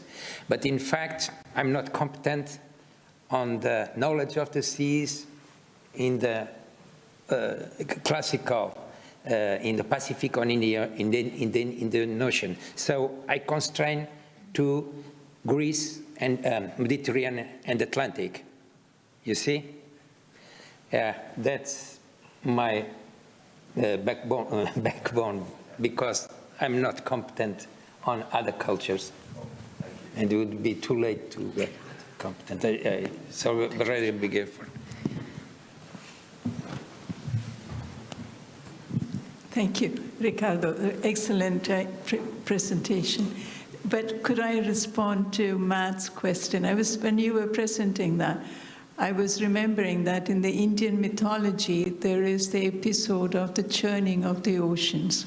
And it talks about a time when the heavens were in disarray. They were weakened, the gods and the demons. Yeah. And then they decided that they had to come together to save themselves and the world. And the solution was in the ocean. So they had to churn the oceans together to get this elixir of life, along with a lot of wealth and nice things. So there is that episode. And I thought, I have used it in a recent talk, because it seems to me that it is a mythology, it's apt for our times, where we have to really come together to save not just ourselves, but also the oceans.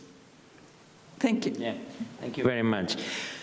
If we look on the 20th century and this concept of oceanic feeling developed and discussed between Romain Rolland and Sigmund Freud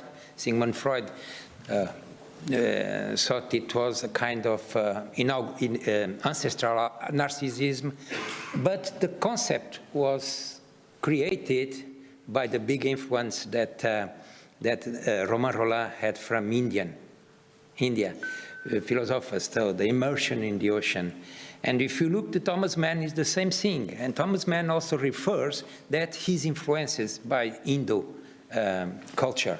And they felt the immersion in the ocean as plenitude and something of that it called the ocean feeling.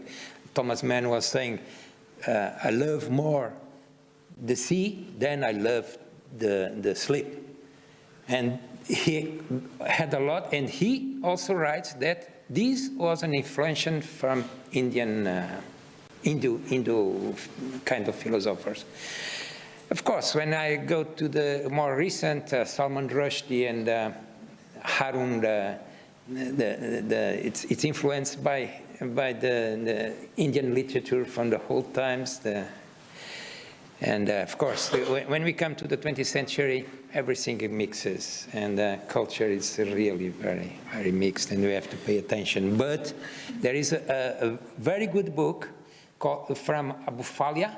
It's an historian about the history of the sea that covers all cultures, all cultures. And last year there was also a series of 6 books called The Sea in Culture that also covers all cultures. But I'm not competent for going to the old history of India, Pacific Islands, and so on. It's another story. It's Mediterranean and Atlantic, where to grow. And now it's influenced, of course, by other cultures. But also I would like to say that these issues of solastalgia, coaxiety, and so on, is more representative in the global south than in the global north. In the global north, we will see talking about riding waves, and that you have yesterday had. It's a kind of a remaining of the oceanic feeling. But I think we missed here some talks from the global south, where these things are really happen. Losing houses, losing history, losing everything. So I also advise you to read the book by Amistav Ghosh, the Growing Tide or something. It's a wonderful novel. Thank you. An Indian writer, Amitabh Ghosh. Thank you, Ricardo, for that, pointing out that. And we would like to thank our speakers for their presentations. Sorry, we have to close the questions, but Ricardo and Maria are joining us until coffee breaks, and I'm sure we can share Jen's coffee. I'm really closing, looking at Luis. Thank you very much. Sorry.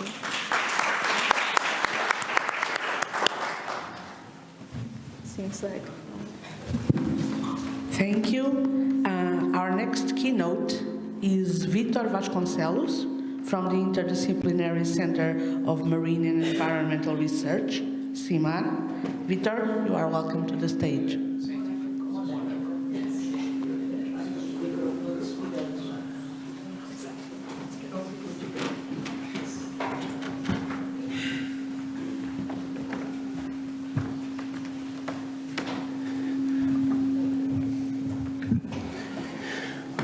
Well, thank you very much.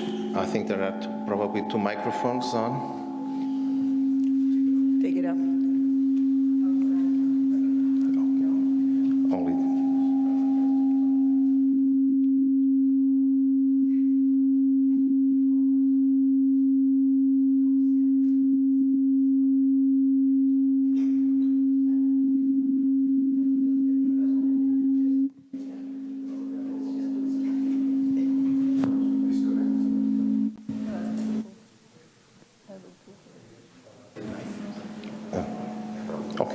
I think it's working now. Well, hopefully, but there is still something going on.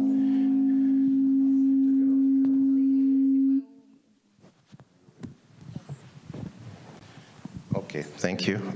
I'll be like a rock singer with my...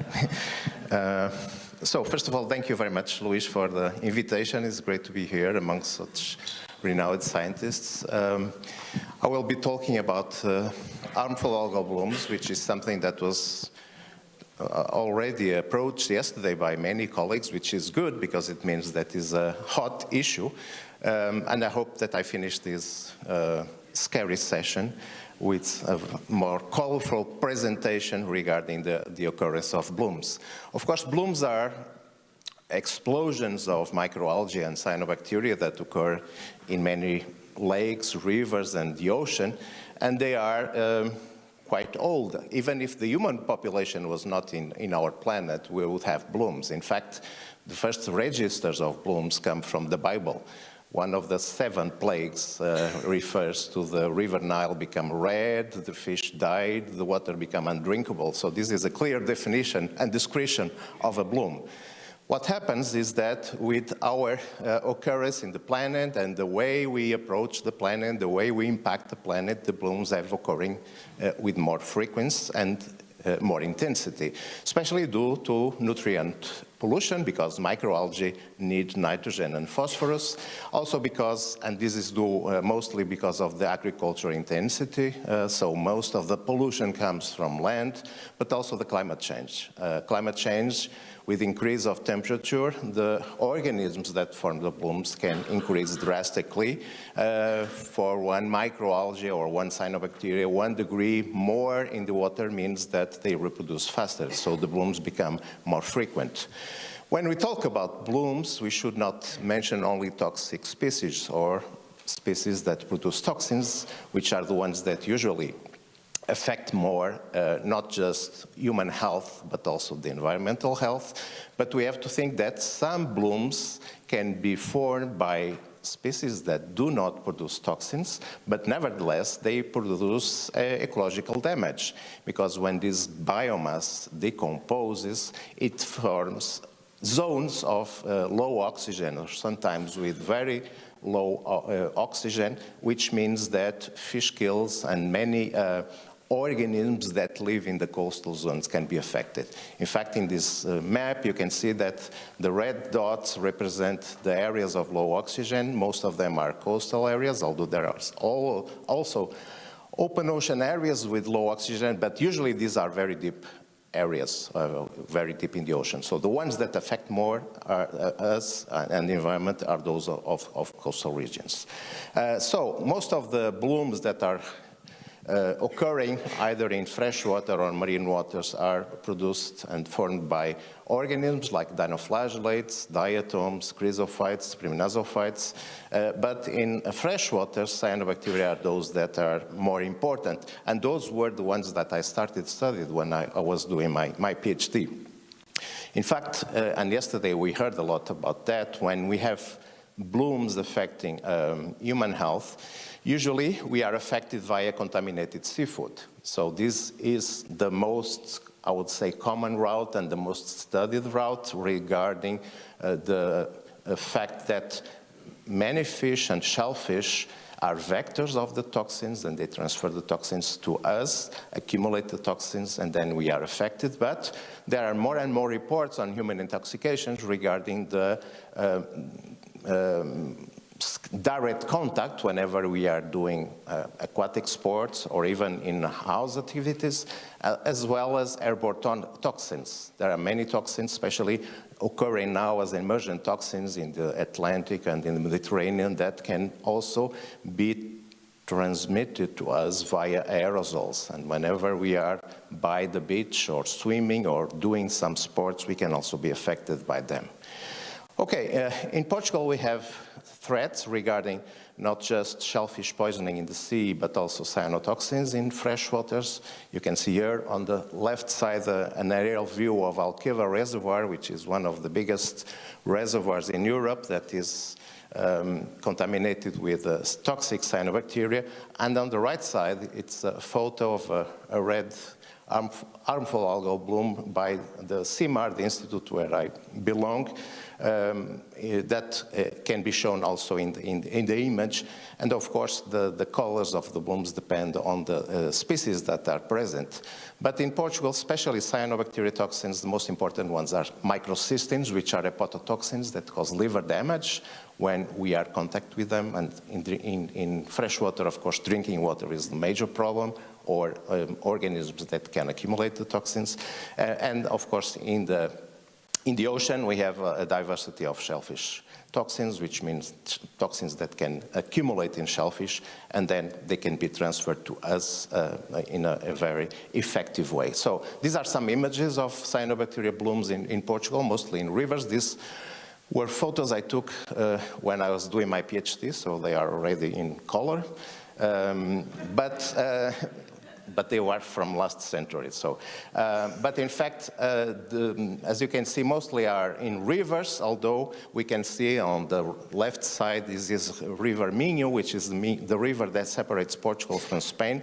So many of these freshwater toxins can also impact the coastal ecosystems. So there are many reports of accumulation of these toxins and even death of mammals that live in the coastal areas. So we have to think about these toxins not just affecting the freshwater ecosystems. They produce a diversity of toxins that you can see in this slide, from very small molecules like here the BMAA, which is a non-protogenic amino acid that is connected or at least suspicious to be affecting or producing neurodegenerative diseases, to the big palytoxin that you see there. And for instance, palytoxin and saxitoxins on the bottom are common to dinoflagellates, which is interesting because cyanobacteria and dinoflagellates are completely different from an evolution point of view organisms. And then you have the microcystis on the right, the ones that are hepatotoxic, neurotoxic saxitoxins. And for each one of these types of toxins, sometimes you have hundreds of variants. So whenever you have to measure these toxins in the environment, it's a cocktail of toxins. So this can pose analytical problems. But fortunately, nowadays we have solutions for that, and we have alternatives in terms of chemical and molecular methods. In Portugal, as it was mentioned yesterday by Pedro, we have fortunately IPMA that does the monitoring, especially of toxins that occur in the marine environment, both in the environment and in shellfish. The toxins that are monitored are mostly belonging to these three groups. And since the late 80s, they are compulsorily monitored. So before, in the beginning, in the middle of the last century, there were people in Portugal that could die by eating contaminated shellfish. After the program of monitoring has been implemented, there are not, at least as I know, registers of people dying because of this monitoring. So it shows clearly that monitoring is the way that we have to follow to prevent intoxications. But there are other toxins that are not yet monitored because we are seeing with the climate change, but also with the opening of the Suez Canal, an invasion of new species that are occurring as toxin producers, as well as the problem associated with the ballast water of the ships that can do different routes in the ocean and bring alien organisms that can be inoculated in our waters, and then with the event of the climate change, they can increase their incidence. And so I will speak about only three of these types of toxins, tetrodotoxins that were also mentioned yesterday, as well as ciguatoxins and palytoxins. So, as it was mentioned yesterday, tetrodotoxins were initially detected in pufferfish, which in Portugal is not eaten, so it's not a route that is problematic in terms of human intoxication. But in fact, in 2007, it was reported the first case of tetrodotoxin intoxication in Europe. It was in fact in the south of Portugal, mollusks that were caught in Algarve. and made a person intoxicated. Fortunately, at that time, there was a possibility of tracing back the origin of the intoxication by colleagues from the University of Santiago, and they detected tetrodotoxin in this mollusk and in the patient. After that, we did some work with a PhD student, and we detected tetrodotoxin in the north coast of Portugal, close to Porto, where we work, also in gastropods, in different species of gastropods. So this means that there are new routes, especially in the coastal areas of the Atlantic, North Atlantic, that can make tetrodotoxins enter our food chain. So we have to try to be attentive to this and increase the monitoring, especially trying to understand if there are other vectors apart from these gastropods. Ciguatera, well, Pedro mentioned very intensively yesterday the problem of the occurrence of ciguatoxins, especially occurring in top chain predator fish. But he also mentioned something very important and interesting, is that there has been nowadays occurrence of intoxications of human populations with other types of fish, not just predator fish. So we need probably also to look for other vectors of ciguatera toxins, of ciguatoxins. The episodes that were reported yesterday occurred especially in Spain and Portugal, in the Canary and Madeira Islands. But we have to think that other areas in this North Atlantic may also be important to monitor. We started to do that also in Madeira and Azores Islands, but looking for other vectors, and we found toxins, ciguatoxins in sea stars, which are not usually edible, but for instance, sea urchins, which are very similar, can eventually accumulate these toxins. And so this is just to point out that it's probably also important to figure if there are other vectors of these toxins apart from the fish that are the most common vectors known so far.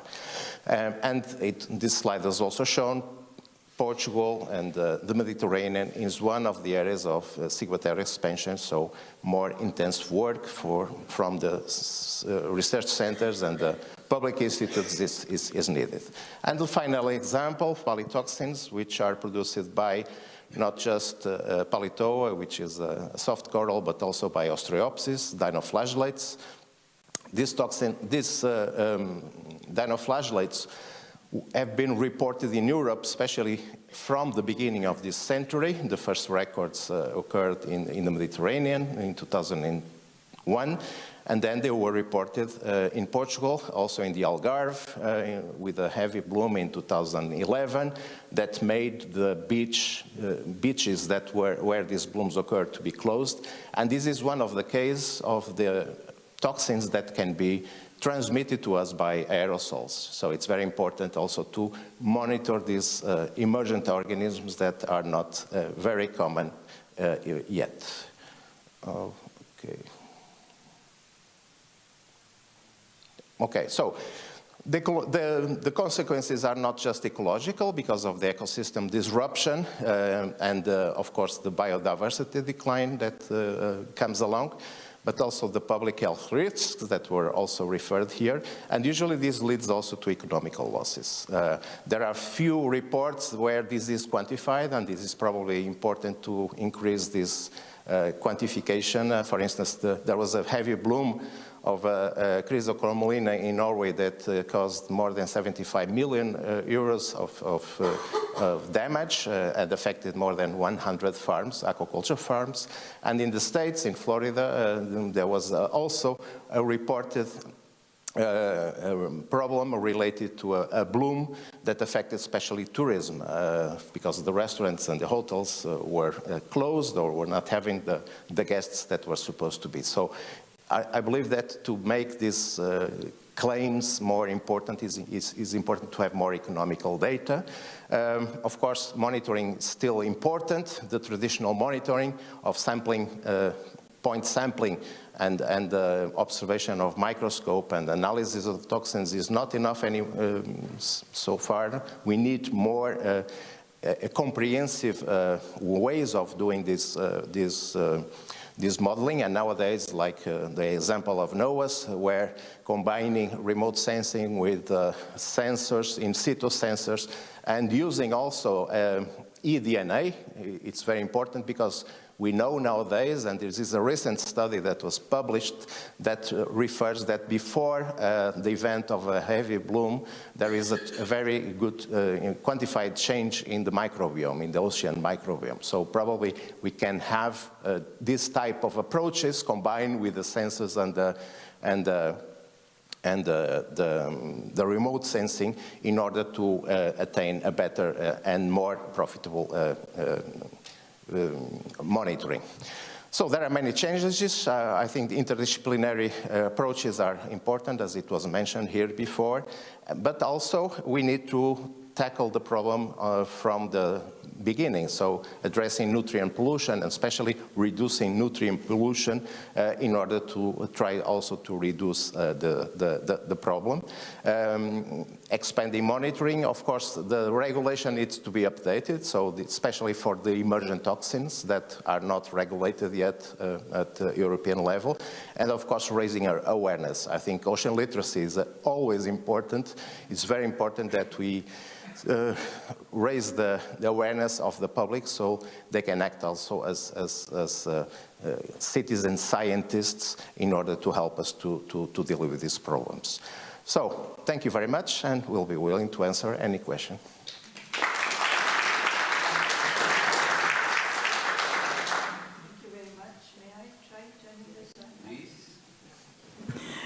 Thank you very much, Victor. Fascinating talk.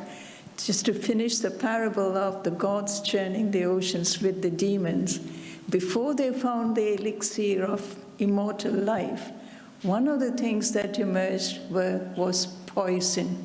And here we are talking about poisons from the ocean. So do we have any questions for Victor after that fascinating talk? Pedro? Over there, please. Well, everybody wants coffee. Just a small, which is the species in this figure? This is not toxic. This is one of these fluorescent species. But if you need samples, we can give them. While we wait for more questions from the floor, I had one question. We are talking here about blooms, which implies they come and they go.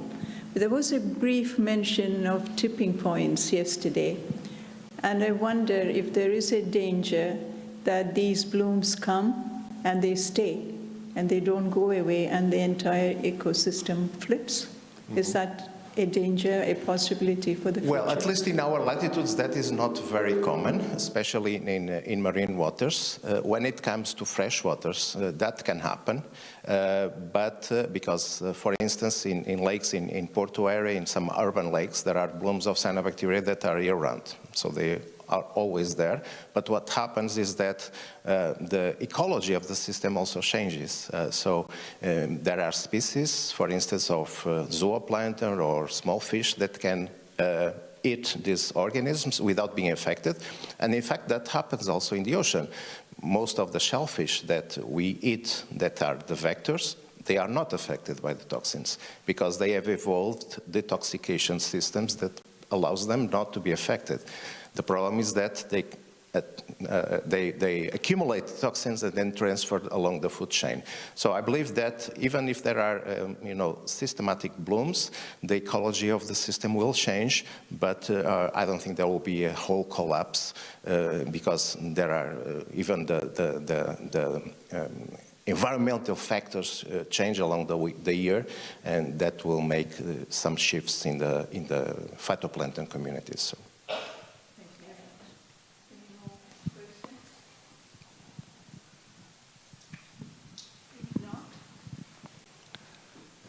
Let me thank Victor and all the speakers before for a really exciting, if scary, morning session.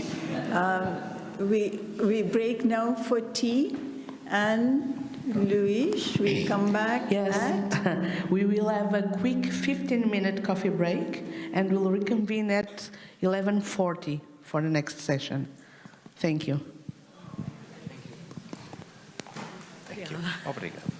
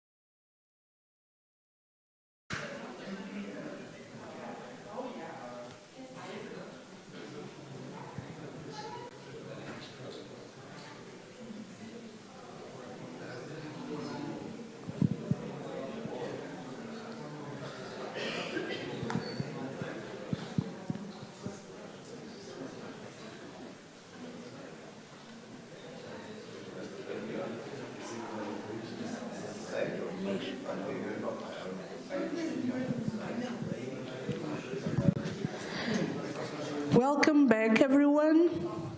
We continue with the panel, The Ocean Climate Nexus, Challenges for Human Health. On this session, we invite Linda Faulkner, joining us online all the way from New Zealand and representing the New Zealand Ocean Decade Committee. Kia ora, Linda. Susan Roberts from the United States National Academies, Matt Frost from the Ocean Decade National Committee in the UK and the Plymouth Marine Institute, and also Laura Meyer from the Decade Coordination Unit, who will be mediating this session. Please join us on stage.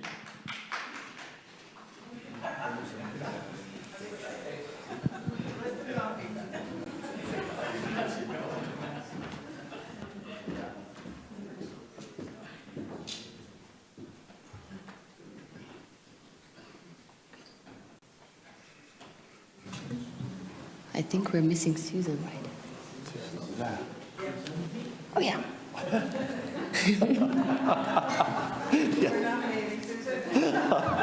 Feel free to join us.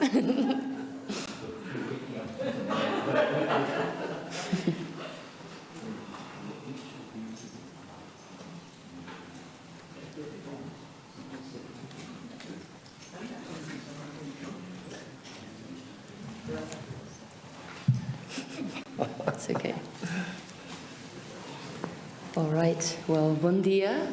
Good morning. I hope you all had some time to grab a coffee and refuel for the session before we break into to the lunch break. It's my pleasure to moderate this session, and we have a very nice lineup of very experienced speakers in their field. So if everything works, we have Linda from the National Decade Committee New Zealand sharing her knowledge. Thanks for staying up all night to join us today. Kia ora. I'm hoping you can see my presentation, all right? Yes, we can see you and hear you. Great. Oh well, raurangatira mā o te ao whānui e me I kauatuana kia koutou. He ria hau no pairangi I te ware toka me te awa nganui. E rere kauana te awa tupua mai I te ka uimanga ki tangaroa. Ko au te awa, ko te awa koe.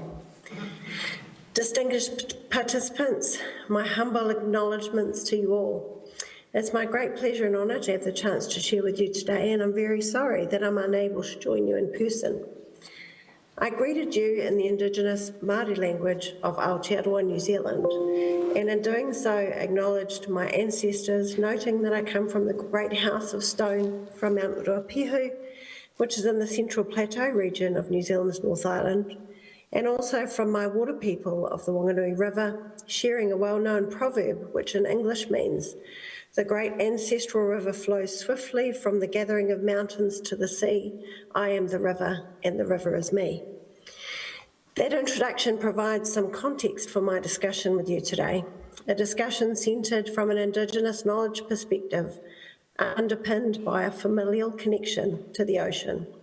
But I'll also be reflecting on my experience of the opportunity that exists at the interface of Indigenous knowledge and science in considering the ocean-human health nexus.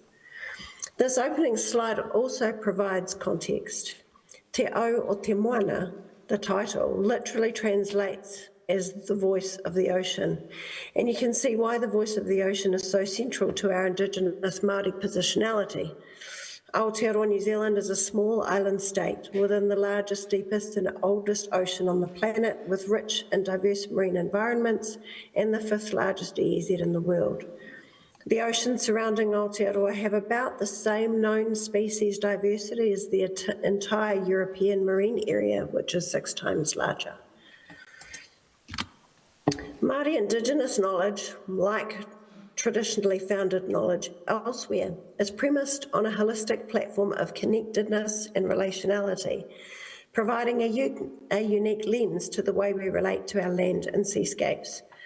Critical to our worldview is that our knowledge and connection to the world around us is categorised through whakapapa. Whakapapa is popularly described as genealogical connection. However, the real essence of whakapapa is far greater, as it serves as an Indigenous knowledge roadmap that both prescribes and describes our place in the environment, our connections and relationships, and more importantly, the responsibilities and obligations that derive from them. What does this mean in practice? Well, the ocean is not merely a great body of water that houses dynamic and vast sets of ecosystems that have been mapped and documented in scholarly publication, but it's also ancestral, represented by Tangaroa, Hinemoana, and all of their descendants, whose histories, voices, manifestations, and behaviours have been described through the ages, recorded and handed down through oral histories, carvings, songs, laments, poetry, weaving, and much, much more. This ancestral past is steeped in a relationship with the ocean that is as vast and varied as Te Moana Nui Akiwa, the Pacific Ocean. Forged first by the incredible feats of our Polynesian navigators, voyagers, wayfinders, mariners, explorers, and ocean gardeners, who over time established synergistic relationships with Tangaroa and everything that influences the wider marine ecosystem, climate, cloud formations, celestial indicators, oceanic freshwater springs, currents, wave patterns, seabird behaviour, and even marine species distributions, to name just a few. The ocean was our food basket, our baptismal font, our medicine cabinet, our source of solace, of fun, and a superhighway with archaeological and linguistic evidence reinforcing traditional narratives that describe multiple journeys between islands across the vastness of the Pacific. Keystone concepts emerged to continuously reinforce that relationship with Tangaroa. Complex ocean economies developed, always keeping in step with bespoke ecosystem health indicators, and shaped our knowledge and practice and informed traditional management systems.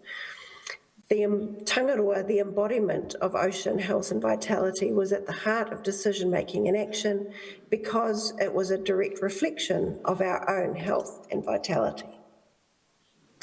From our earliest histories, the ocean has held primacy in our hearts and minds. We observed the natural world, experimented, learnt, revised, repeated, observed again and again.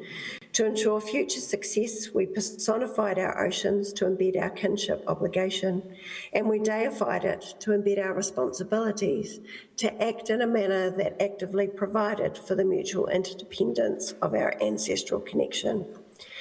By examining and restoring this connection, we may be able to understand the underlying foundations that governed that relationship and cast our minds forward to consider how future visions of our relationship with the ocean might be driven by those foundations. This would require adjusting our gaze from viewing the ocean as a series of products and services that enhance human well-being to one where the inherent rights and well-being of our ocean is interwoven with our needs and well-being as people, not being subservient to the other.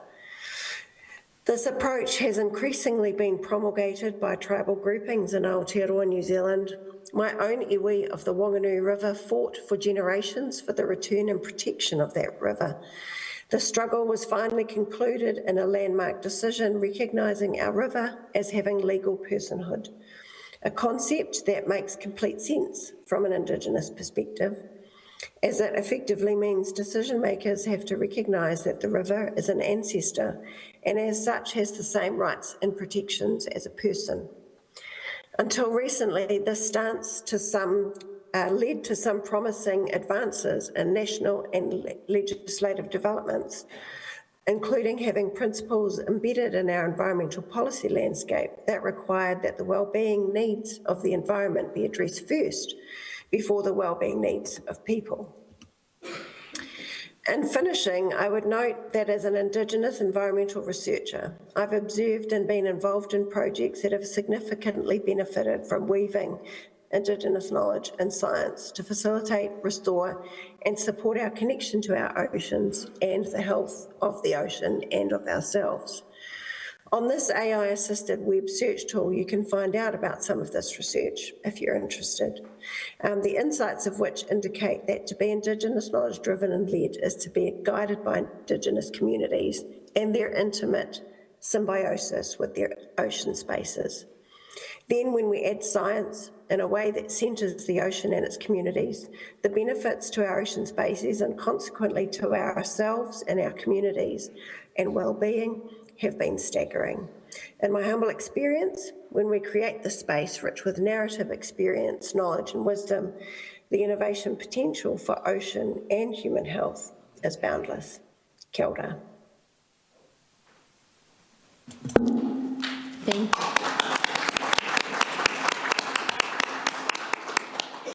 Thank you very much, Linda, for this inspiring presentation. I hope you can stay on for some questions when we finish the round of speakers. So I would like to give the floor to our next speaker, Susan Roberts from the National Decade Committee of the United States.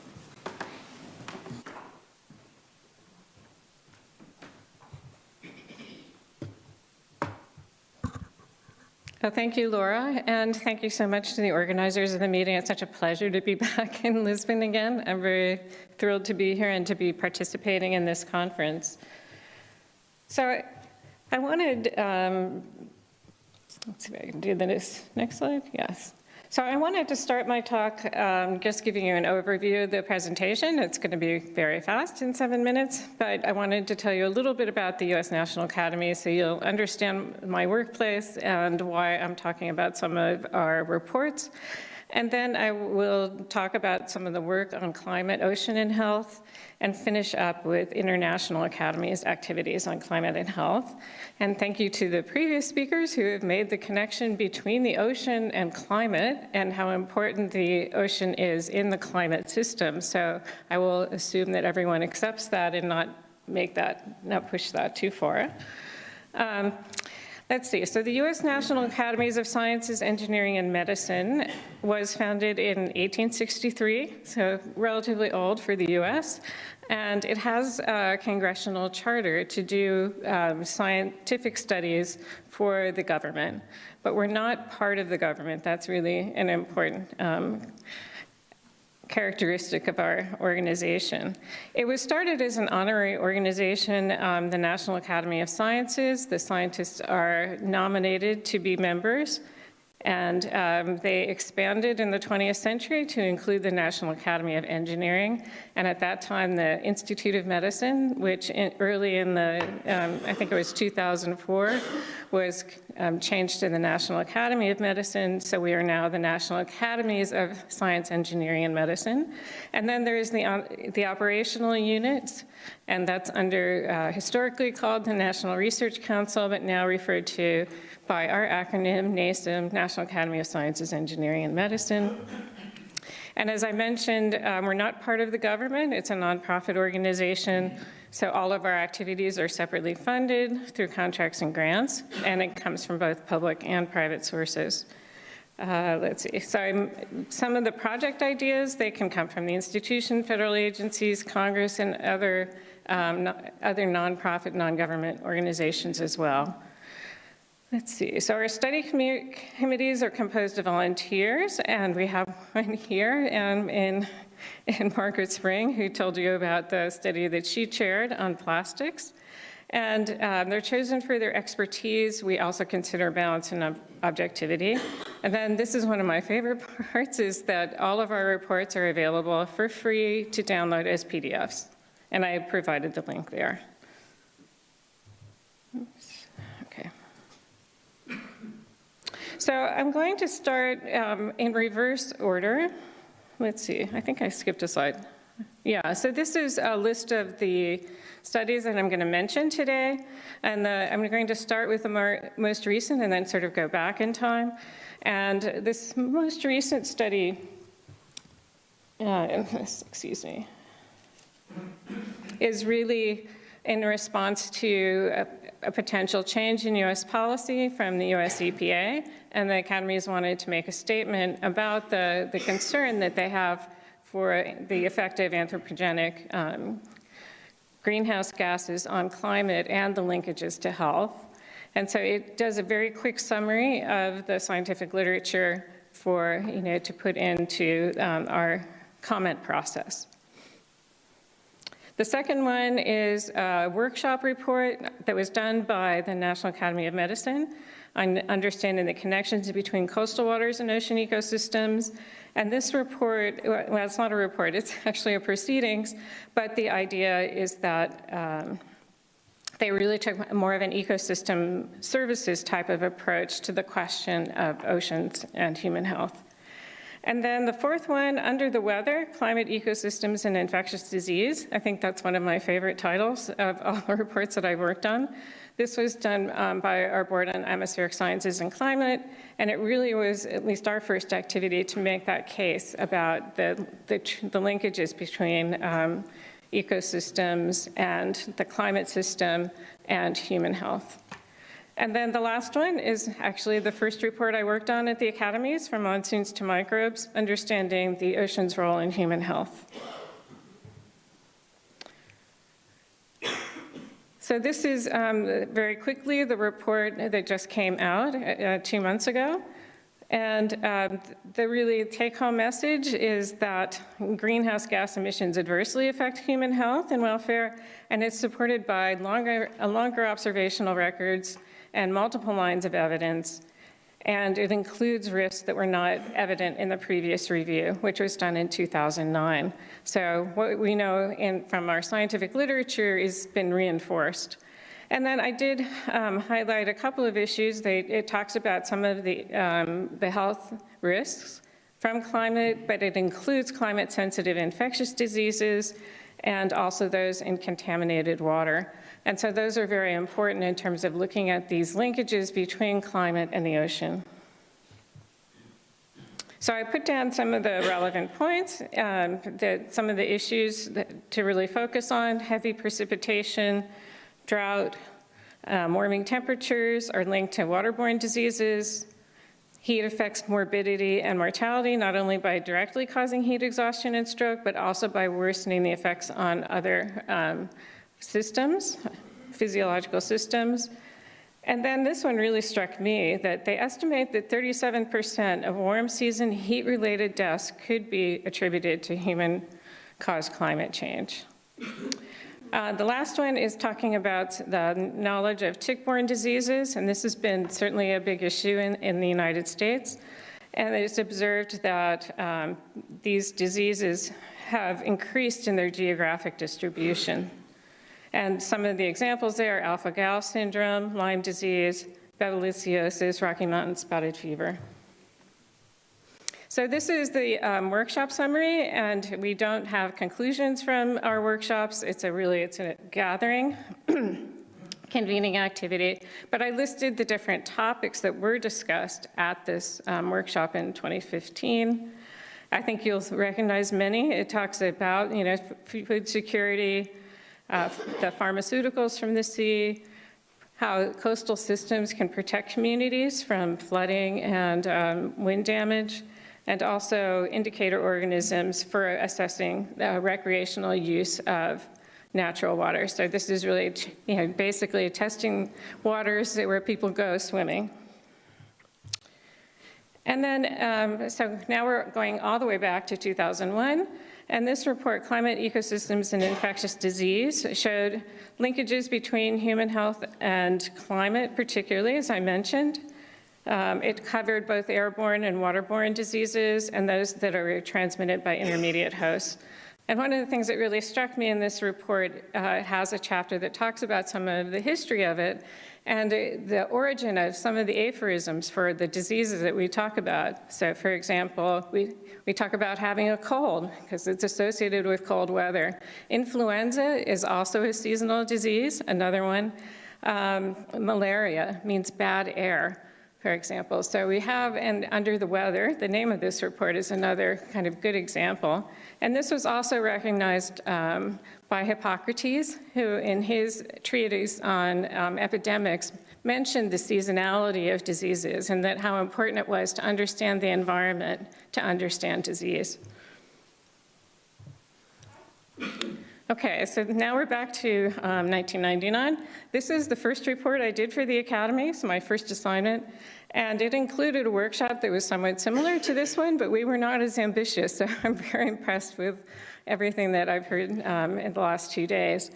But this report did not include any discussion of pollution, and it didn't talk about seafood. So we had narrowed down the field a little bit, but did talk about the linkages with climate, infectious diseases, harmful algal blooms, and then so those were all the negatives, and then we have the positives, the marine pharmaceuticals and bioactive agents, and then marine organisms as models for biomedical research.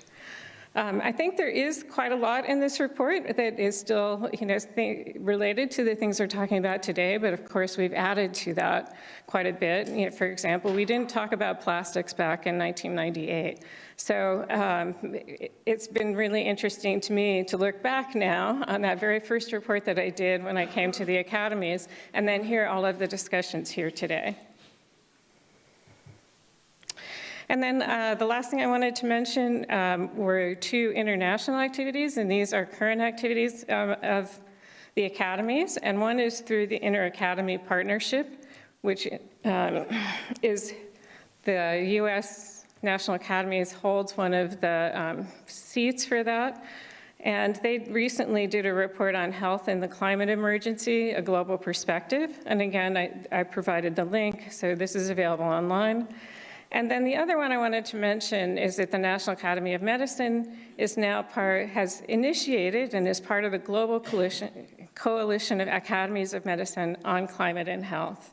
And it's to support the Belém Health Action Plan that was released at COP30 and to integrate health across climate adaptation and mitigation. And the figure you're seeing of the map shows all of the different academies of medicine that are participating in that activity. So I just want to stop and thank you all for listening, and I look forward to having more discussion and questions. And I wanted to send out a thanks to my staff, who of course make everything that I do possible.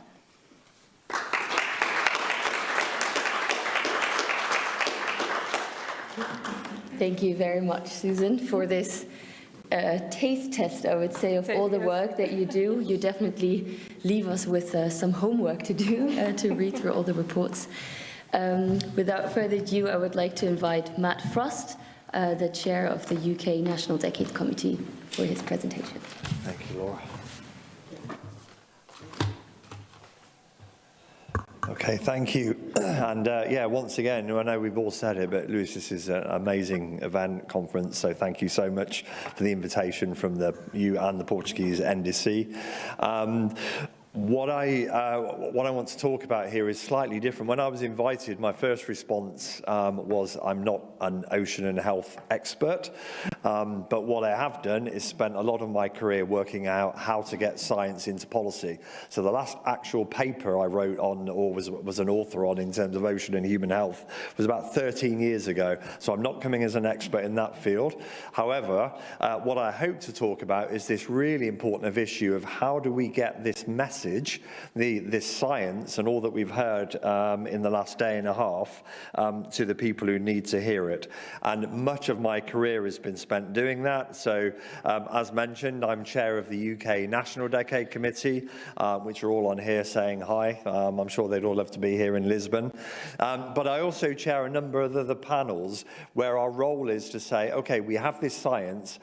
Where do we get this? How do we get this to the people who need it? How do we move forward? And there were a couple of comments yesterday about possibly having an intergovernmental panel to bring all this together. And what I hope to do in just 5 minutes or so really is just to give some context to that discussion. So hopefully we can take this forward. So just a bit of background. So, I mean, we talk about the Sustainable Development Goals, which of course lead us on much of this conversation, but those Sustainable Development Goals only deliver because against those goals you have a series of international conventions and treaties that deliver. Otherwise, let's be honest, they're just hopes and dreams. That's all they are. We'd like to solve poverty, we'd like to solve hunger, we'd like to solve issues around the ocean and climate change. You need to operationalize those Sustainable Development Goals to some degree. So how it works here, and I've taken 2 of the Sustainable Development Goals. So if you look at Life Below Water, SDG 14, that's the one that most of us are familiar with, you have a whole raft of international treaties and conventions that are all relevant to the delivery of that goal. So immediately we can see what our challenge is, because we want to deliver against these Sustainable Development Goals, but we're actually having to work in a quite complex international landscape. And you can see here that I've also mentioned the SDG 13 ones.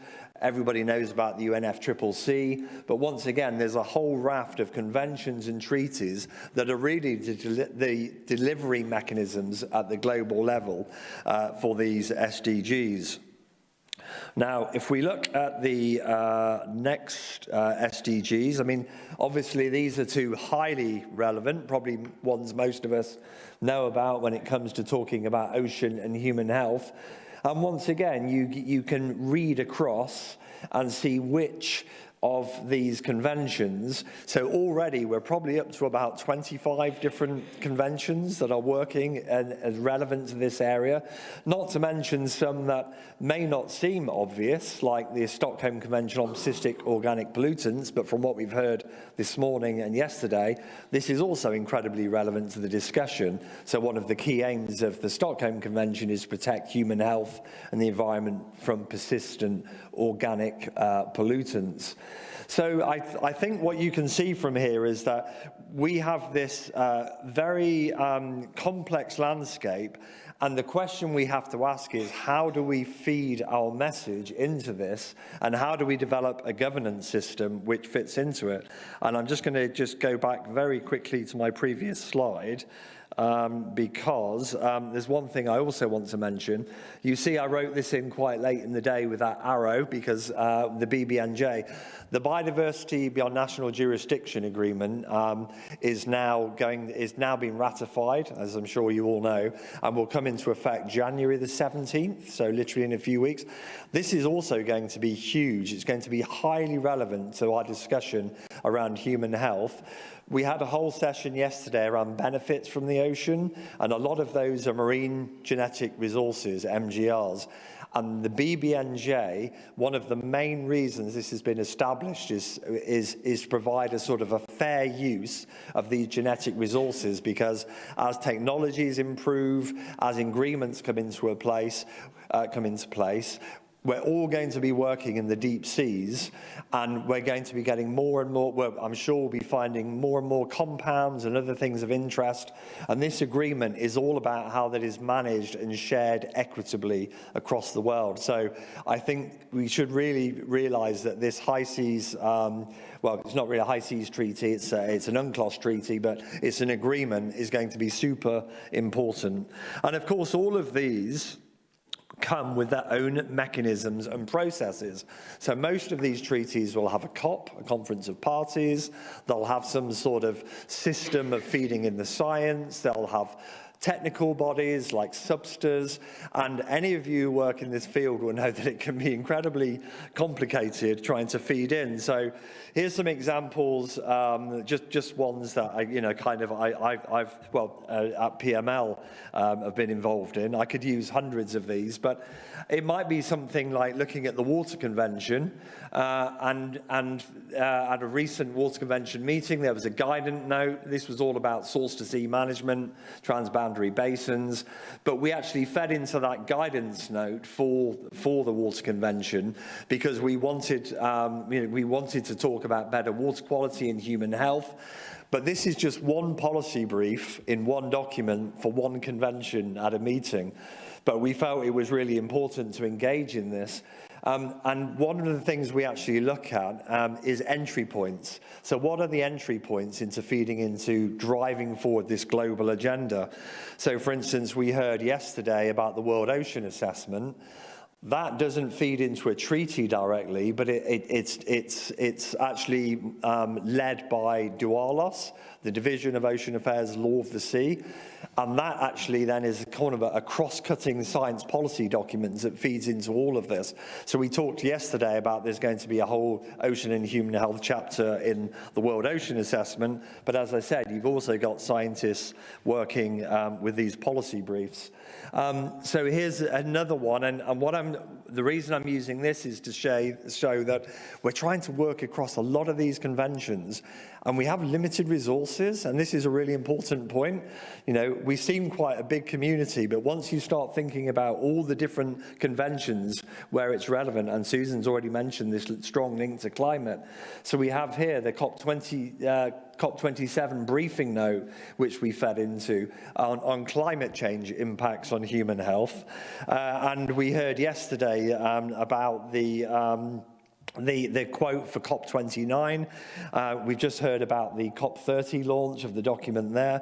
So we're working with the Water Convention, with the CBD, we're working with the Climate Change Convention, trying to feed into all these documents.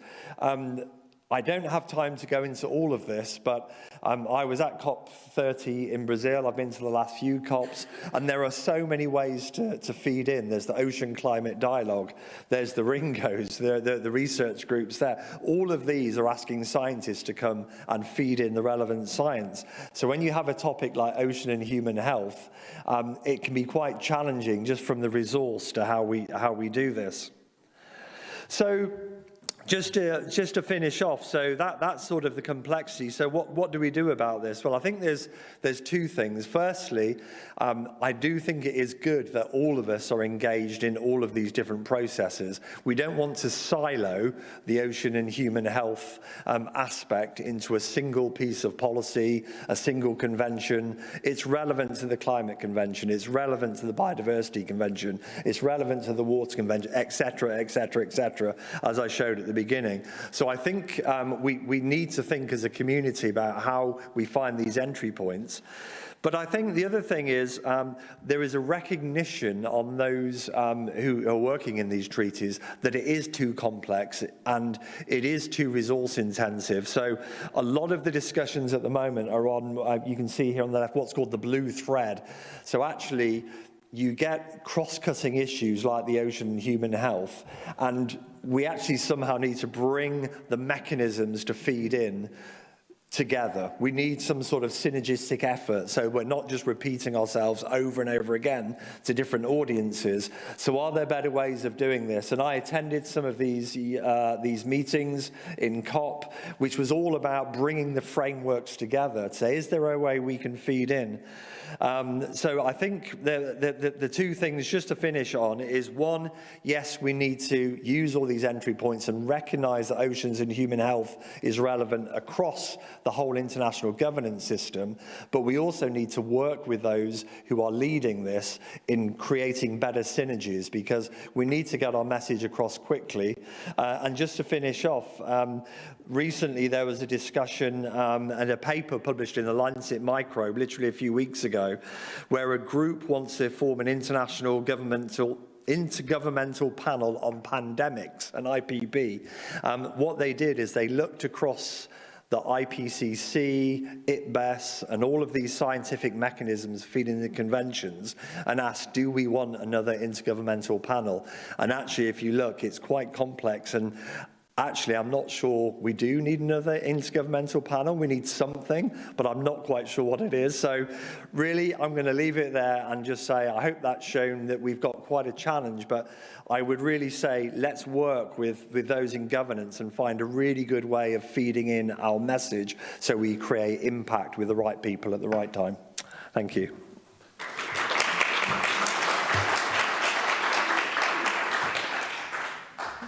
Thank you very much, Matt. I think the message is very clear. I think we have time for a couple of questions. If there are questions in the room, please feel free to raise your hand. Luis. It's a question for Linda. Thank you so much, Linda, for your presentation, and we are really sorry that you are not here with us in person. One thing I would like to ask you is, of course, indigenous communities, and in particularly those from New Zealand, there has been always this close connection of respect also to the ocean, because people realize directly in their own lives the impact that unhealthy ocean and unhealthy rivers have on their life. Has there been any change with the new generation? Do you think they are still quite active in this aspect and defending the same type of main goals and the same attitude, or are you seeing any change? Thank you. Kia ora, Luis, and thank you for the question. Absolutely. In fact, I think the current and emerging generations are even more driven to reclaim, restore and revitalise their Indigenous knowledge, and to be applying it in new and innovative ways to contemporary solutions. It's quite pleasing to see as someone who's been around for a little while. And I mean, I wasn't at COP30, but I certainly saw clips on social media from you know, younger generations who were very active in a number of Indigenous-led sessions. So I would say that is the interest, the passion, the drive is probably growing generation on generation. Thank you. Any other questions or comments? Yes, please, in the back. Yeah, my question is for Matt. For individuals, both scientists and early career professionals who are interested but overwhelmed by all of the different international conventions or opportunities, what would you recommend to find the best entry point for them to be the most impactful? Yes. Yeah, it's a really good question, and I'm actually asked that question quite a lot. And just to say, it's not just overwhelming for early career researchers, it's generally just overwhelming. I mean, my suggestion really would be to, I mean, think about, I don't know what your area of interest or science is, but actually I would literally just look at what your area is and do something similar to what I often do when I teach, which is to start to think, okay, where am I going to have the most impact? Because quite clearly you can't engage with all of it. It's as simple as that. But there are, most of these conventions now will have early career research groups that have been established. There are two things missing from a lot of these conversations. One is early career research voices, and one, going back to what Linda says, is Indigenous voices. So most of them have some sort of group or mechanism to feed in. So it's a case of finding out what they are, and also I'd be more than happy to talk to you about it afterwards. Maybe just to add on that point is also from the Ocean Decade, we have the Early Career Ocean Professionals Program. From a personal experience, I can tell that this was really a good entry point. I come from a legal background, so I'm not a scientist, but I focused on law of the sea, and I was like, also, how do I navigate that sort of broad landscape? So joining networks to meet people, to exchange knowledge and learn what is out there, I think is a really good opportunity. So there are a lot of nodes throughout the different countries. So depending on where you're located, I think that's also a good point. And then connecting to the other networks as well. Yep. Please. My question is to Susan. We know that climate change is not a popular topic at the United States at this moment. In practice, how is this affecting the research, the amount of research in your country? And if you don't want to answer, I understand.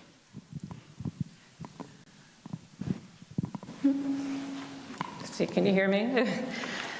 Yeah, so I think it's certainly a concern among the climate scientists in the US, and so we are doing some other activities related to that in terms of, particularly with Earth observations, a lot of which are climate related, and so trying to develop a strategy for making our Earth observations and the data that's stored more secure, I guess is the best way to put it.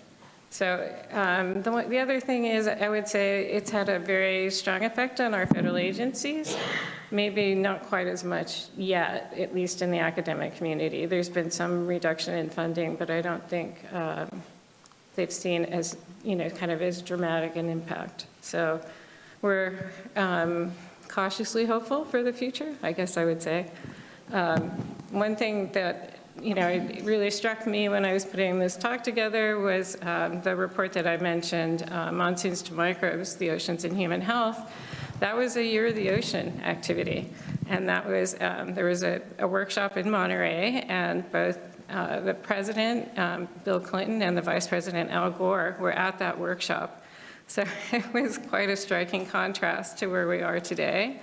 But it also made me realize how it makes so much sense to be here, because the Year of the Ocean was a big year for Lisbon too, with having the 1998 Expo that really featured the ocean quite a lot.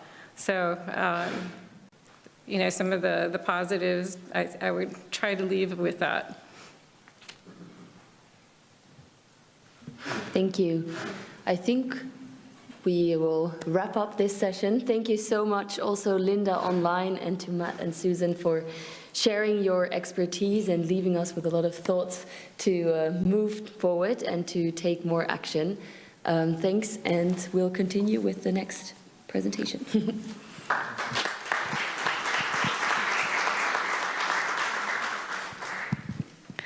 Thank you all. We will follow with our next keynote, Fei Chai, joining us online from Xiamen University in China.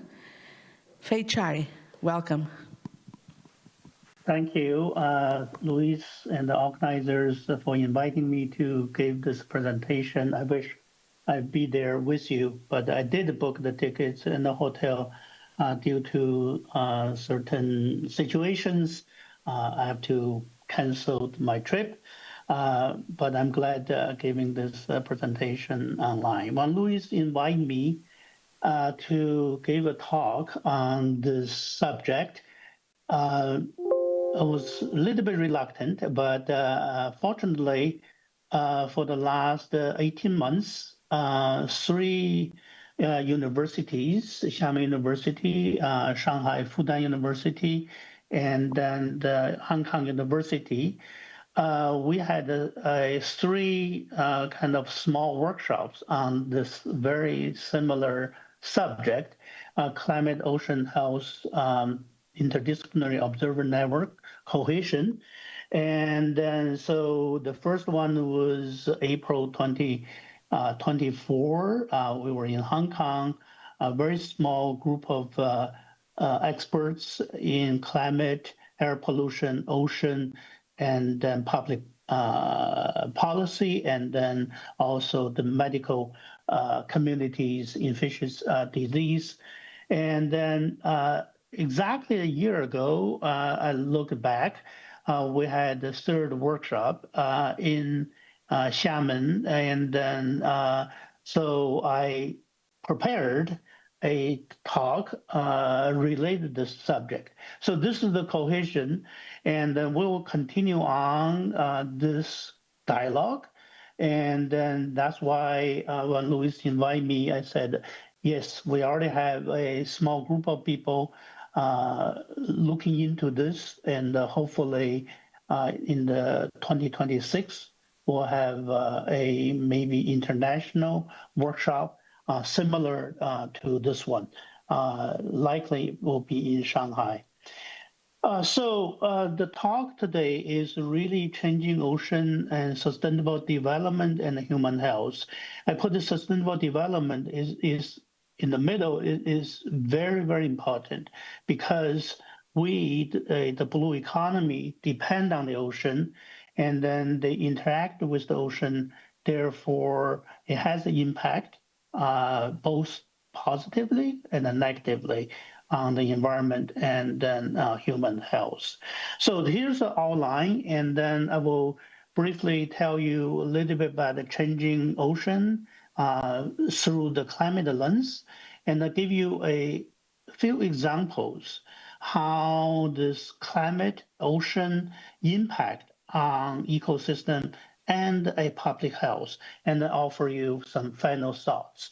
So the first day, it was very positive because ocean plays a vital role in our economy, and there's a blue economy. There's some recent numbers, and if you put ocean's economy, it ranked number 5 in the world as a economy sector, and also provide the joy. We heard various of activities. It's all positive, and then it's important, and not only for the oceans, for the the economy, but for mental health as well. So, but our ocean, especially the coastal ocean, has been in trouble. We heard eutrophication, hypoxia, harmful algal blooms, heavy metals, and the plastics, and then aquaculture. And I will show you a couple of examples, and then bring you to the Pacific side, especially the China's coastal some issues. So, but the trajectory of those issues is very there in a way. The warming, the sea level rise, eutrophication.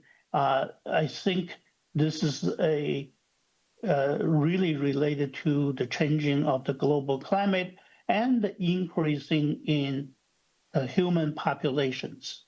That's the one part we have not discussed too much, is the increase of the populations. Not only the population, the number itself, is the middle class. The middle class, what do they need? They need energy, they need the water, and they need the food, and then etc. The space. So I think the middle class is really increased. So if you think the marine ecosystems, you got the two sides. One is human activities, one is the climate change, and then if you put the stressors and separate them, one is direct a climate warming, the precipitation, sea level rise, but on the other side is overfishing, eutrophication, loss of habitat, and the land reclamation, etc. So this is the broadly you can separate those. So I'll give you one example. We heard about all those the heat waves we, the people, experience, right? 2024 is in the record book, and then 2025 is not far behind. But in the ocean, for the last 10 years or so, people start paying attention to so-called marine heat waves. And then if you look at across the ocean, they're popping up pretty much everywhere. The marine heat waves come with the different sizes, and also the duration, and then also the intensity. So if you look at on the lower right hand side, this Northeast Pacific at 2015. So it lasted over a year, almost 400 days, and then over several thousands square kilometers, and then the temperature increased by about 2 degrees, and the maximum is 3 degrees centigrade in the top 100 meters, not the surface. So that amount of the heat persisted for over a year, and then it started with the Gulf of Alaska and then propagate into the west coast of the North America and Canada and then Washington State and Oregon.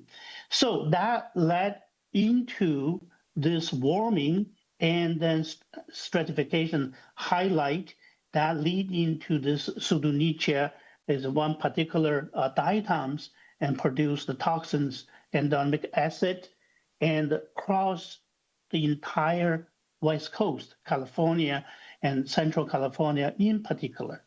It happens, this is the most, the largest toxin, but so what? So people that impact on the various fisheries. This is a Dungeness crab in November, San Francisco, and they closed basically the Dungeness crab fisheries. The geoduck, those cost about $50 a pound here in Xiamen because China import this and they shut down the fisheries. So this is the one example. So the warming is not only in the West Coast, that's the largest, but here in Yellow Sea, East China Sea, and then this is the 2018, and then one particular month, the August, and then close to 1,000 by 1,000 kilometers, and then the temperature increased by about 2 degrees centigrade. And then this is also a strong El Nino year. What leads into this warming is really the heavy rains in July. And then there's a 2016, the July, there's a heavy rain, it flooded Shanghai, and you can see, and it caused a huge damage. All this fresh water through the Yangtze River get into the East China Sea, and then there was no typhoon that particular year. And normally typhoon kind of produce this strong mixing. There was no typhoon, and then clear sky, fresh water, the sun heating it, that caused the warming. That increased the stratification. To the first time, we measured oxygen close to zero. That whole area, and then for the first time. So you can imagine that impact on the benzos and then the fish is tremendous. I think that this is linked this, the El Ninos, the freshwater input, the warming, the stratification, and leading to the hypoxia. So I think one of the climate phenomena impact on the disease is well documented, that is El Nino. So the El Nino is caused of flooding in Peru, for example, the marine heat waves in Australia on the side, and the drought, and then the wildfires. This is all well documented. The largest climate signal on the planet, and the strongest. But the impact on the disease, I think, is a vector-borne disease, malaria, Duncan, and Zika, and etc., influenza, that is also well documented. But the impact on the food production and the cause the malnutrition, and then is also very, very important, cannot be ignored. And the mental health, and imagine the wildfires, your sky, and it become, all this black in the middle of the afternoon, and all this is impact, I think is really well documented. The heat caused the respiratory, disease, etc. The last two examples is the sea level rise. And then this is the, for the last 150 years, but the last 20 years, I think the sea level rise at accelerated rates, and then is over close to some areas and 5 millimeters per year. That is significant because the speed of the sea level rise. In China, 2/3 of the Chinese coast are modified and man-made. And then so for the last 50 years, and the land reclamation pretty much now stopped because there's so much. So the 2/3, to give you an idea, that's 18,000 kilometers of Chinese coastlines are modified by human activities that lost a habitat and etc. So that leads into the vulnerability of the coastal flooding. So this is a year ago, the entire Chinese coast, the sea level increased by about 1 meter. Here is the photos from Xiamen where I work. So you can see this is just a year ago, and then 2 months ago, and then there was no weather events, just astronomical high tide. It went through the similar situations. So this is from Qingdao, Shanghai, all the way to Guangdong province. So that was a year ago. So you can imagine there are so many those EVs, those motorcycles with the batteries. So this is the impact. We don't know this raw sewage and interrupt. I think there's one part of that. The last example is the aquaculture. China produce, on average, over 60% of the farmed products. So, by the way, this is 2 years ago. The farmed products equals the wild captured products. And China is leading this production, and certain species, shellfish, China accounts for 85%, and then a macroalgae, and then that's about 70%. So in China, this is the species in Fujian province alone, and then on average, the world consumption seafood is about 20 kilograms per person. China's consumption is about twice. It's about 50 kilograms per person. But in the coastal cities, coastal province, that's much more. So it's a heavily used antibiotic and all the other medicine products, and to keep the fish and healthy, etc. And then combined this new emerging part, microplastics. So because the aquaculture gears is made with a lot of plastics, and then with all this new pollutants combined with microplastics together, that impact on people, I think that this is a really, really new emerging areas, not just microplastics, but combined with the emerging pollutants as well. So that leads to my final thoughts. I think that the ocean ecosystem changing at a rapid rate, especially coastal urban cities where the large populations are. So we need to connect urban seas with the people. And we better integrate coastal monitoring systems. They do exist, but we also need to incorporate the modeling and forecasting capability, give the people warning on certain issues. We need to embrace the AI, machine learning, and digital twins of the ocean. Yet we better provide the targeted information, not all the info. So we need to filter this. And then we need to connect the public health monitoring systems, especially the hospitals, and then those the parts we need to work with the medical community. I think that a good example is the air pollution and the human health communities. And China has accomplished quite a lot, reduced air pollution and then human health. And in that community now, they're focusing on the vulnerable communities and areas, very specific, right? And then not very broad, but very specific, sometimes down to individual levels. I think that new generation scientists, leaders need to be trained. International collaboration, extremely important, especially to share successful stories, develop a best practice.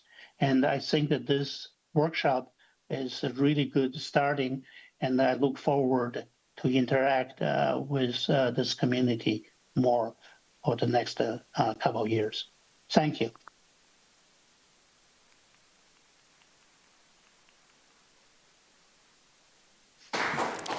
Thank you. So, do you have any questions for Dr. Chai in the audience? Yes. Excellent presentation, by the way. Enjoyed it. I live in Monterey, so some of the stories are there. Hello, thank you so much for the presentation. I thought your graphics in particular were amazing, very explanatory. Thank you. So something I think that we haven't talked about yet at all in this workshop is that women are globally affected much significantly more than men by climate change.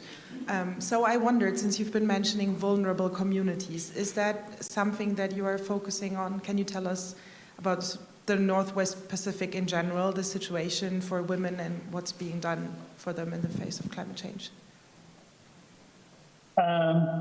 Okay, I spent 35 years in US working and went to school. I retired 3 years ago and moved to Xiamen University. So I know both sides of the Pacific reasonably well. One observation that I'm not going to talk too much about the US, but here one observation in China, the younger generations tend to delay the marriage and getting married late, and then also having children late. And then for whatever the reason, so there are some concerns that may relate to the food and the environmental issues. I'm not a medical expert, but just talking to people, and then really the women, whether is willingly or unwillingly, to have children late. So that's one kind of statistics data, and then also observations. What I mean, the targeted individuals is this. I work with atmospheric chemists and then public health community in Hong Kong. And they are down to the individual communities and levels, because through Hong Kong, they have all the air pollution monitoring systems. And then, and the indoors, outdoors, subways as well. And then when they say certain areas, not entire Hong Kong, certain particular areas, the pollutant, air pollutant is become severe, they will issue a text message to tell the elderly especially, go indoor, turn on the air conditioner, close your windows. So this is the level of the sophistication they have done in Hong Kong. Now they extended that into the heat indices. So they will, throughout a network, and then they will warn certain elder communities, populations, and stay indoor, do not come out because the heat stress. So that's what I really mean. I'm not expert on the women's health, but just presenting you some observations. And then, so. Thank you. Are there any other questions in the audience? Yes? Do we have any? No? I don't see any. Oh, there, right there. We have one here.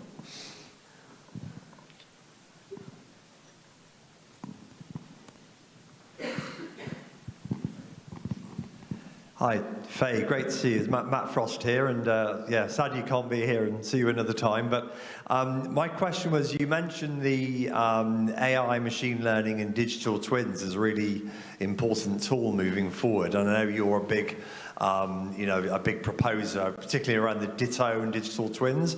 My question is, do you have any examples of where that technology is already being used on the sort of human health side, or is it something you think we still need to develop, move forward with?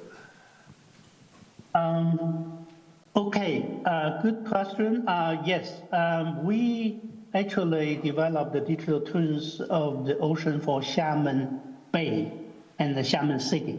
Xiamen has about population 5 million people, and the coastal flooding is become recurrent events. Every year during the astronomical high tides, certain area we know will get flooded, right? And then now predicting and then of coastal flooding to which street, which traffic lights is always challenging, but using the AI, for example, the cameras, right? So you have hundreds of thousands of cameras monitoring the traffic, the road, and then they can look of the water levels at every street and corners and coastal beaches, etc. So we work with Xiamen City and then try to incorporate and those informations and the visual informations into the digital twins of the framework, and hopefully provide early warning systems to avoid certain areas, and then because the rising, the waters, and et cetera, and then so that's one example. The other is really preparing for the typhoons. In the typhoon, pretty much every year come to this part of the world, and then we want to incorporate the weather forecast systems, the typhoon forecast systems, into the digital twins system, and then give 3 to 5 days early warnings for certain vulnerable areas to be prepared. So that's the kind of at the local levels. We certainly hope to incorporate public health informations and seafood safety, and we want to track down where the fish you consume is from, whether it's safe and etc., and then incorporate that into the digital twins of the framework as well for the management purposes and for the ordinary consumers as well. That's great, thank you. Do we have time for one more? Luis? Hi, Faye, it's Luis here. Thank you so much for being with us. I do hope that your father is better now. But one thing I would like to ask, well, first of all, thank you so much, and we really would love to have you here with us, but you're with us anyway. One of the questions I would just like to ask you is, if I understood correctly, you are preparing also a large workshop, or I think it will be a conference on this topic in Xiamen. So since this is potentially of high interest to this community, maybe would you like just to say a few words about that? Yes, this is actually started with Hong Kong and also Shanghai Fudan University, and then they have an Institute of Infectious Disease and Health, and then that established that during the COVID period, the doctor Wen Hongzhang is well known in Chinese communities, and he has over 10 million followers online. So he's a very, very popular, well-known infectious disease doctor. We connected last year, and then we think this is really this important connection, because from the atmospheric climate change, air pollutions, they are well established. But since we have so many mega cities in China, Shanghai and Guangzhou areas, with 20 million people plus, they are really right on the coast. So the impact from the ocean on human health, it has not been well established. People pay attention to land, but So that's the motivation of this connection. And then through the Hong Kong University, the Public Health Policy Institute, we connected with a Gates Foundation, and then they would like to sponsor a conference, and then we talked to Nature Conference, and then but they need a year ahead of the planning, and so we missed the deadline. So that was in April. So we are going to reapply.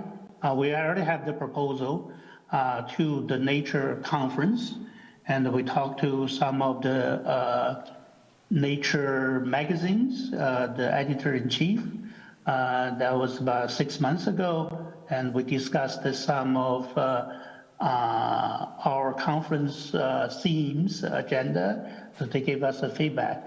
So I would love to work with you, and then hopefully 2026 maybe give us enough lead time, or 2027 lead time, to organize a similar workshop and conference here, either in Shanghai or Xiamen or Hong Kong. Those the three cities we have enough interest to do this. Thank you so much. Any other questions? I think we have time for one more. I had a question. I was wondering, when you're talking about the antibiotics and the coastal flooding coming together from aquaculture, has that forecasting started the government thinking about reducing antibiotic use? Is that from excessive antibiotic use or not? I mean, because we're dealing with this at my organization, working with aquaculture operations around the world, and it's very clear that there's a need for an understanding of what levels of antibiotics are safe or not, or at least manageable. And we run a program called the Seafood Watch program, which when you have high antibiotic use, you get a red rating. So this has prompted a lot of discussion, and we've worked with ASEAN as well as Chile. So I'm just wondering if that's prompted the local authorities or the federal government to take a look at that in China. First of all, I like to eat seafood. I eat seafood a lot every week here at Coastal. 2/3 of the seafood in China consumed are farmed, okay? So that tells you, now, the regulation is there, and especially from the central government, they proved a certain usage and certain type of antibiotics and etc. That is at the toppest level, so there is a standard, there is a regulation, but when you come down to provincial and the local levels, and who is going to enforce, right, and then who is going to check on the seafood products, right? So there's a series of loopholes, etc. But overall, the seafood is relatively safe here, because if there's it's a shortage of outbursts of certain things, and they can trace back to where this come from, etc. But the long-term health impact of using antibiotic or some other medical or chemicals, I think that need to be studied, and then also at a food inspection part, and then whether you from the farm to the market. So this part, whether it need to be inspected or let the consumers to be assured, and that part, I don't know. I think that may be needed. People eat a lot of live fish, animals. If you come to China, and then the restaurant, they don't have a menu. They have an aquarium, they have a tank. You walk into the restaurant, everything's alive, right? And then so that part, I think, need to be monitored more carefully, and then especially with the inspection at the various levels. And so I do have some concerns, and I be careful what I eat, but yeah, I was thinking of the environmental impacts, yeah, too. Okay, thank you. Okay. Great. Is this, we had time? I can't. Any more questions? Follow up? Okay. Thank you very much. This is amazing. A wonderful, wonderful keynote. Thank you very much. By the way, my PowerPoint can be shared as a PDF. So I already gave to Louise, so so you will have my PDF, my presentation. Thank you so much, Faye. So to everyone, so you are all invited to have lunch here. So we can have lunch where you had the coffee breaks here. And thank you, Faye, for mentioning this, because this is something that we have asked all the speakers. If you would like, so of course, I think you all know that this has been live streamed, so you can watch this conference, the full conference from YouTube. This will be released, but we have also asked the different speakers whether you would be willing to share the PowerPoints in a PDF format, which we could share in our website. So I think most of you have agreed, but we will not make this available unless we have specific permission from some of you. Also, in some cases, as it has happened in some meetings, sometimes if there is one slide or two that are more sensitive, you can maybe take them out and send us a PDF which you think can be shared. Okay, so thank you so much. Enjoy lunch, and we will start at 2 o'clock. As planned. So we had given extra time so that people that had to go out for lunch, but we were able to provide lunch for everyone, so 1 hour is perfect. Thank you so much.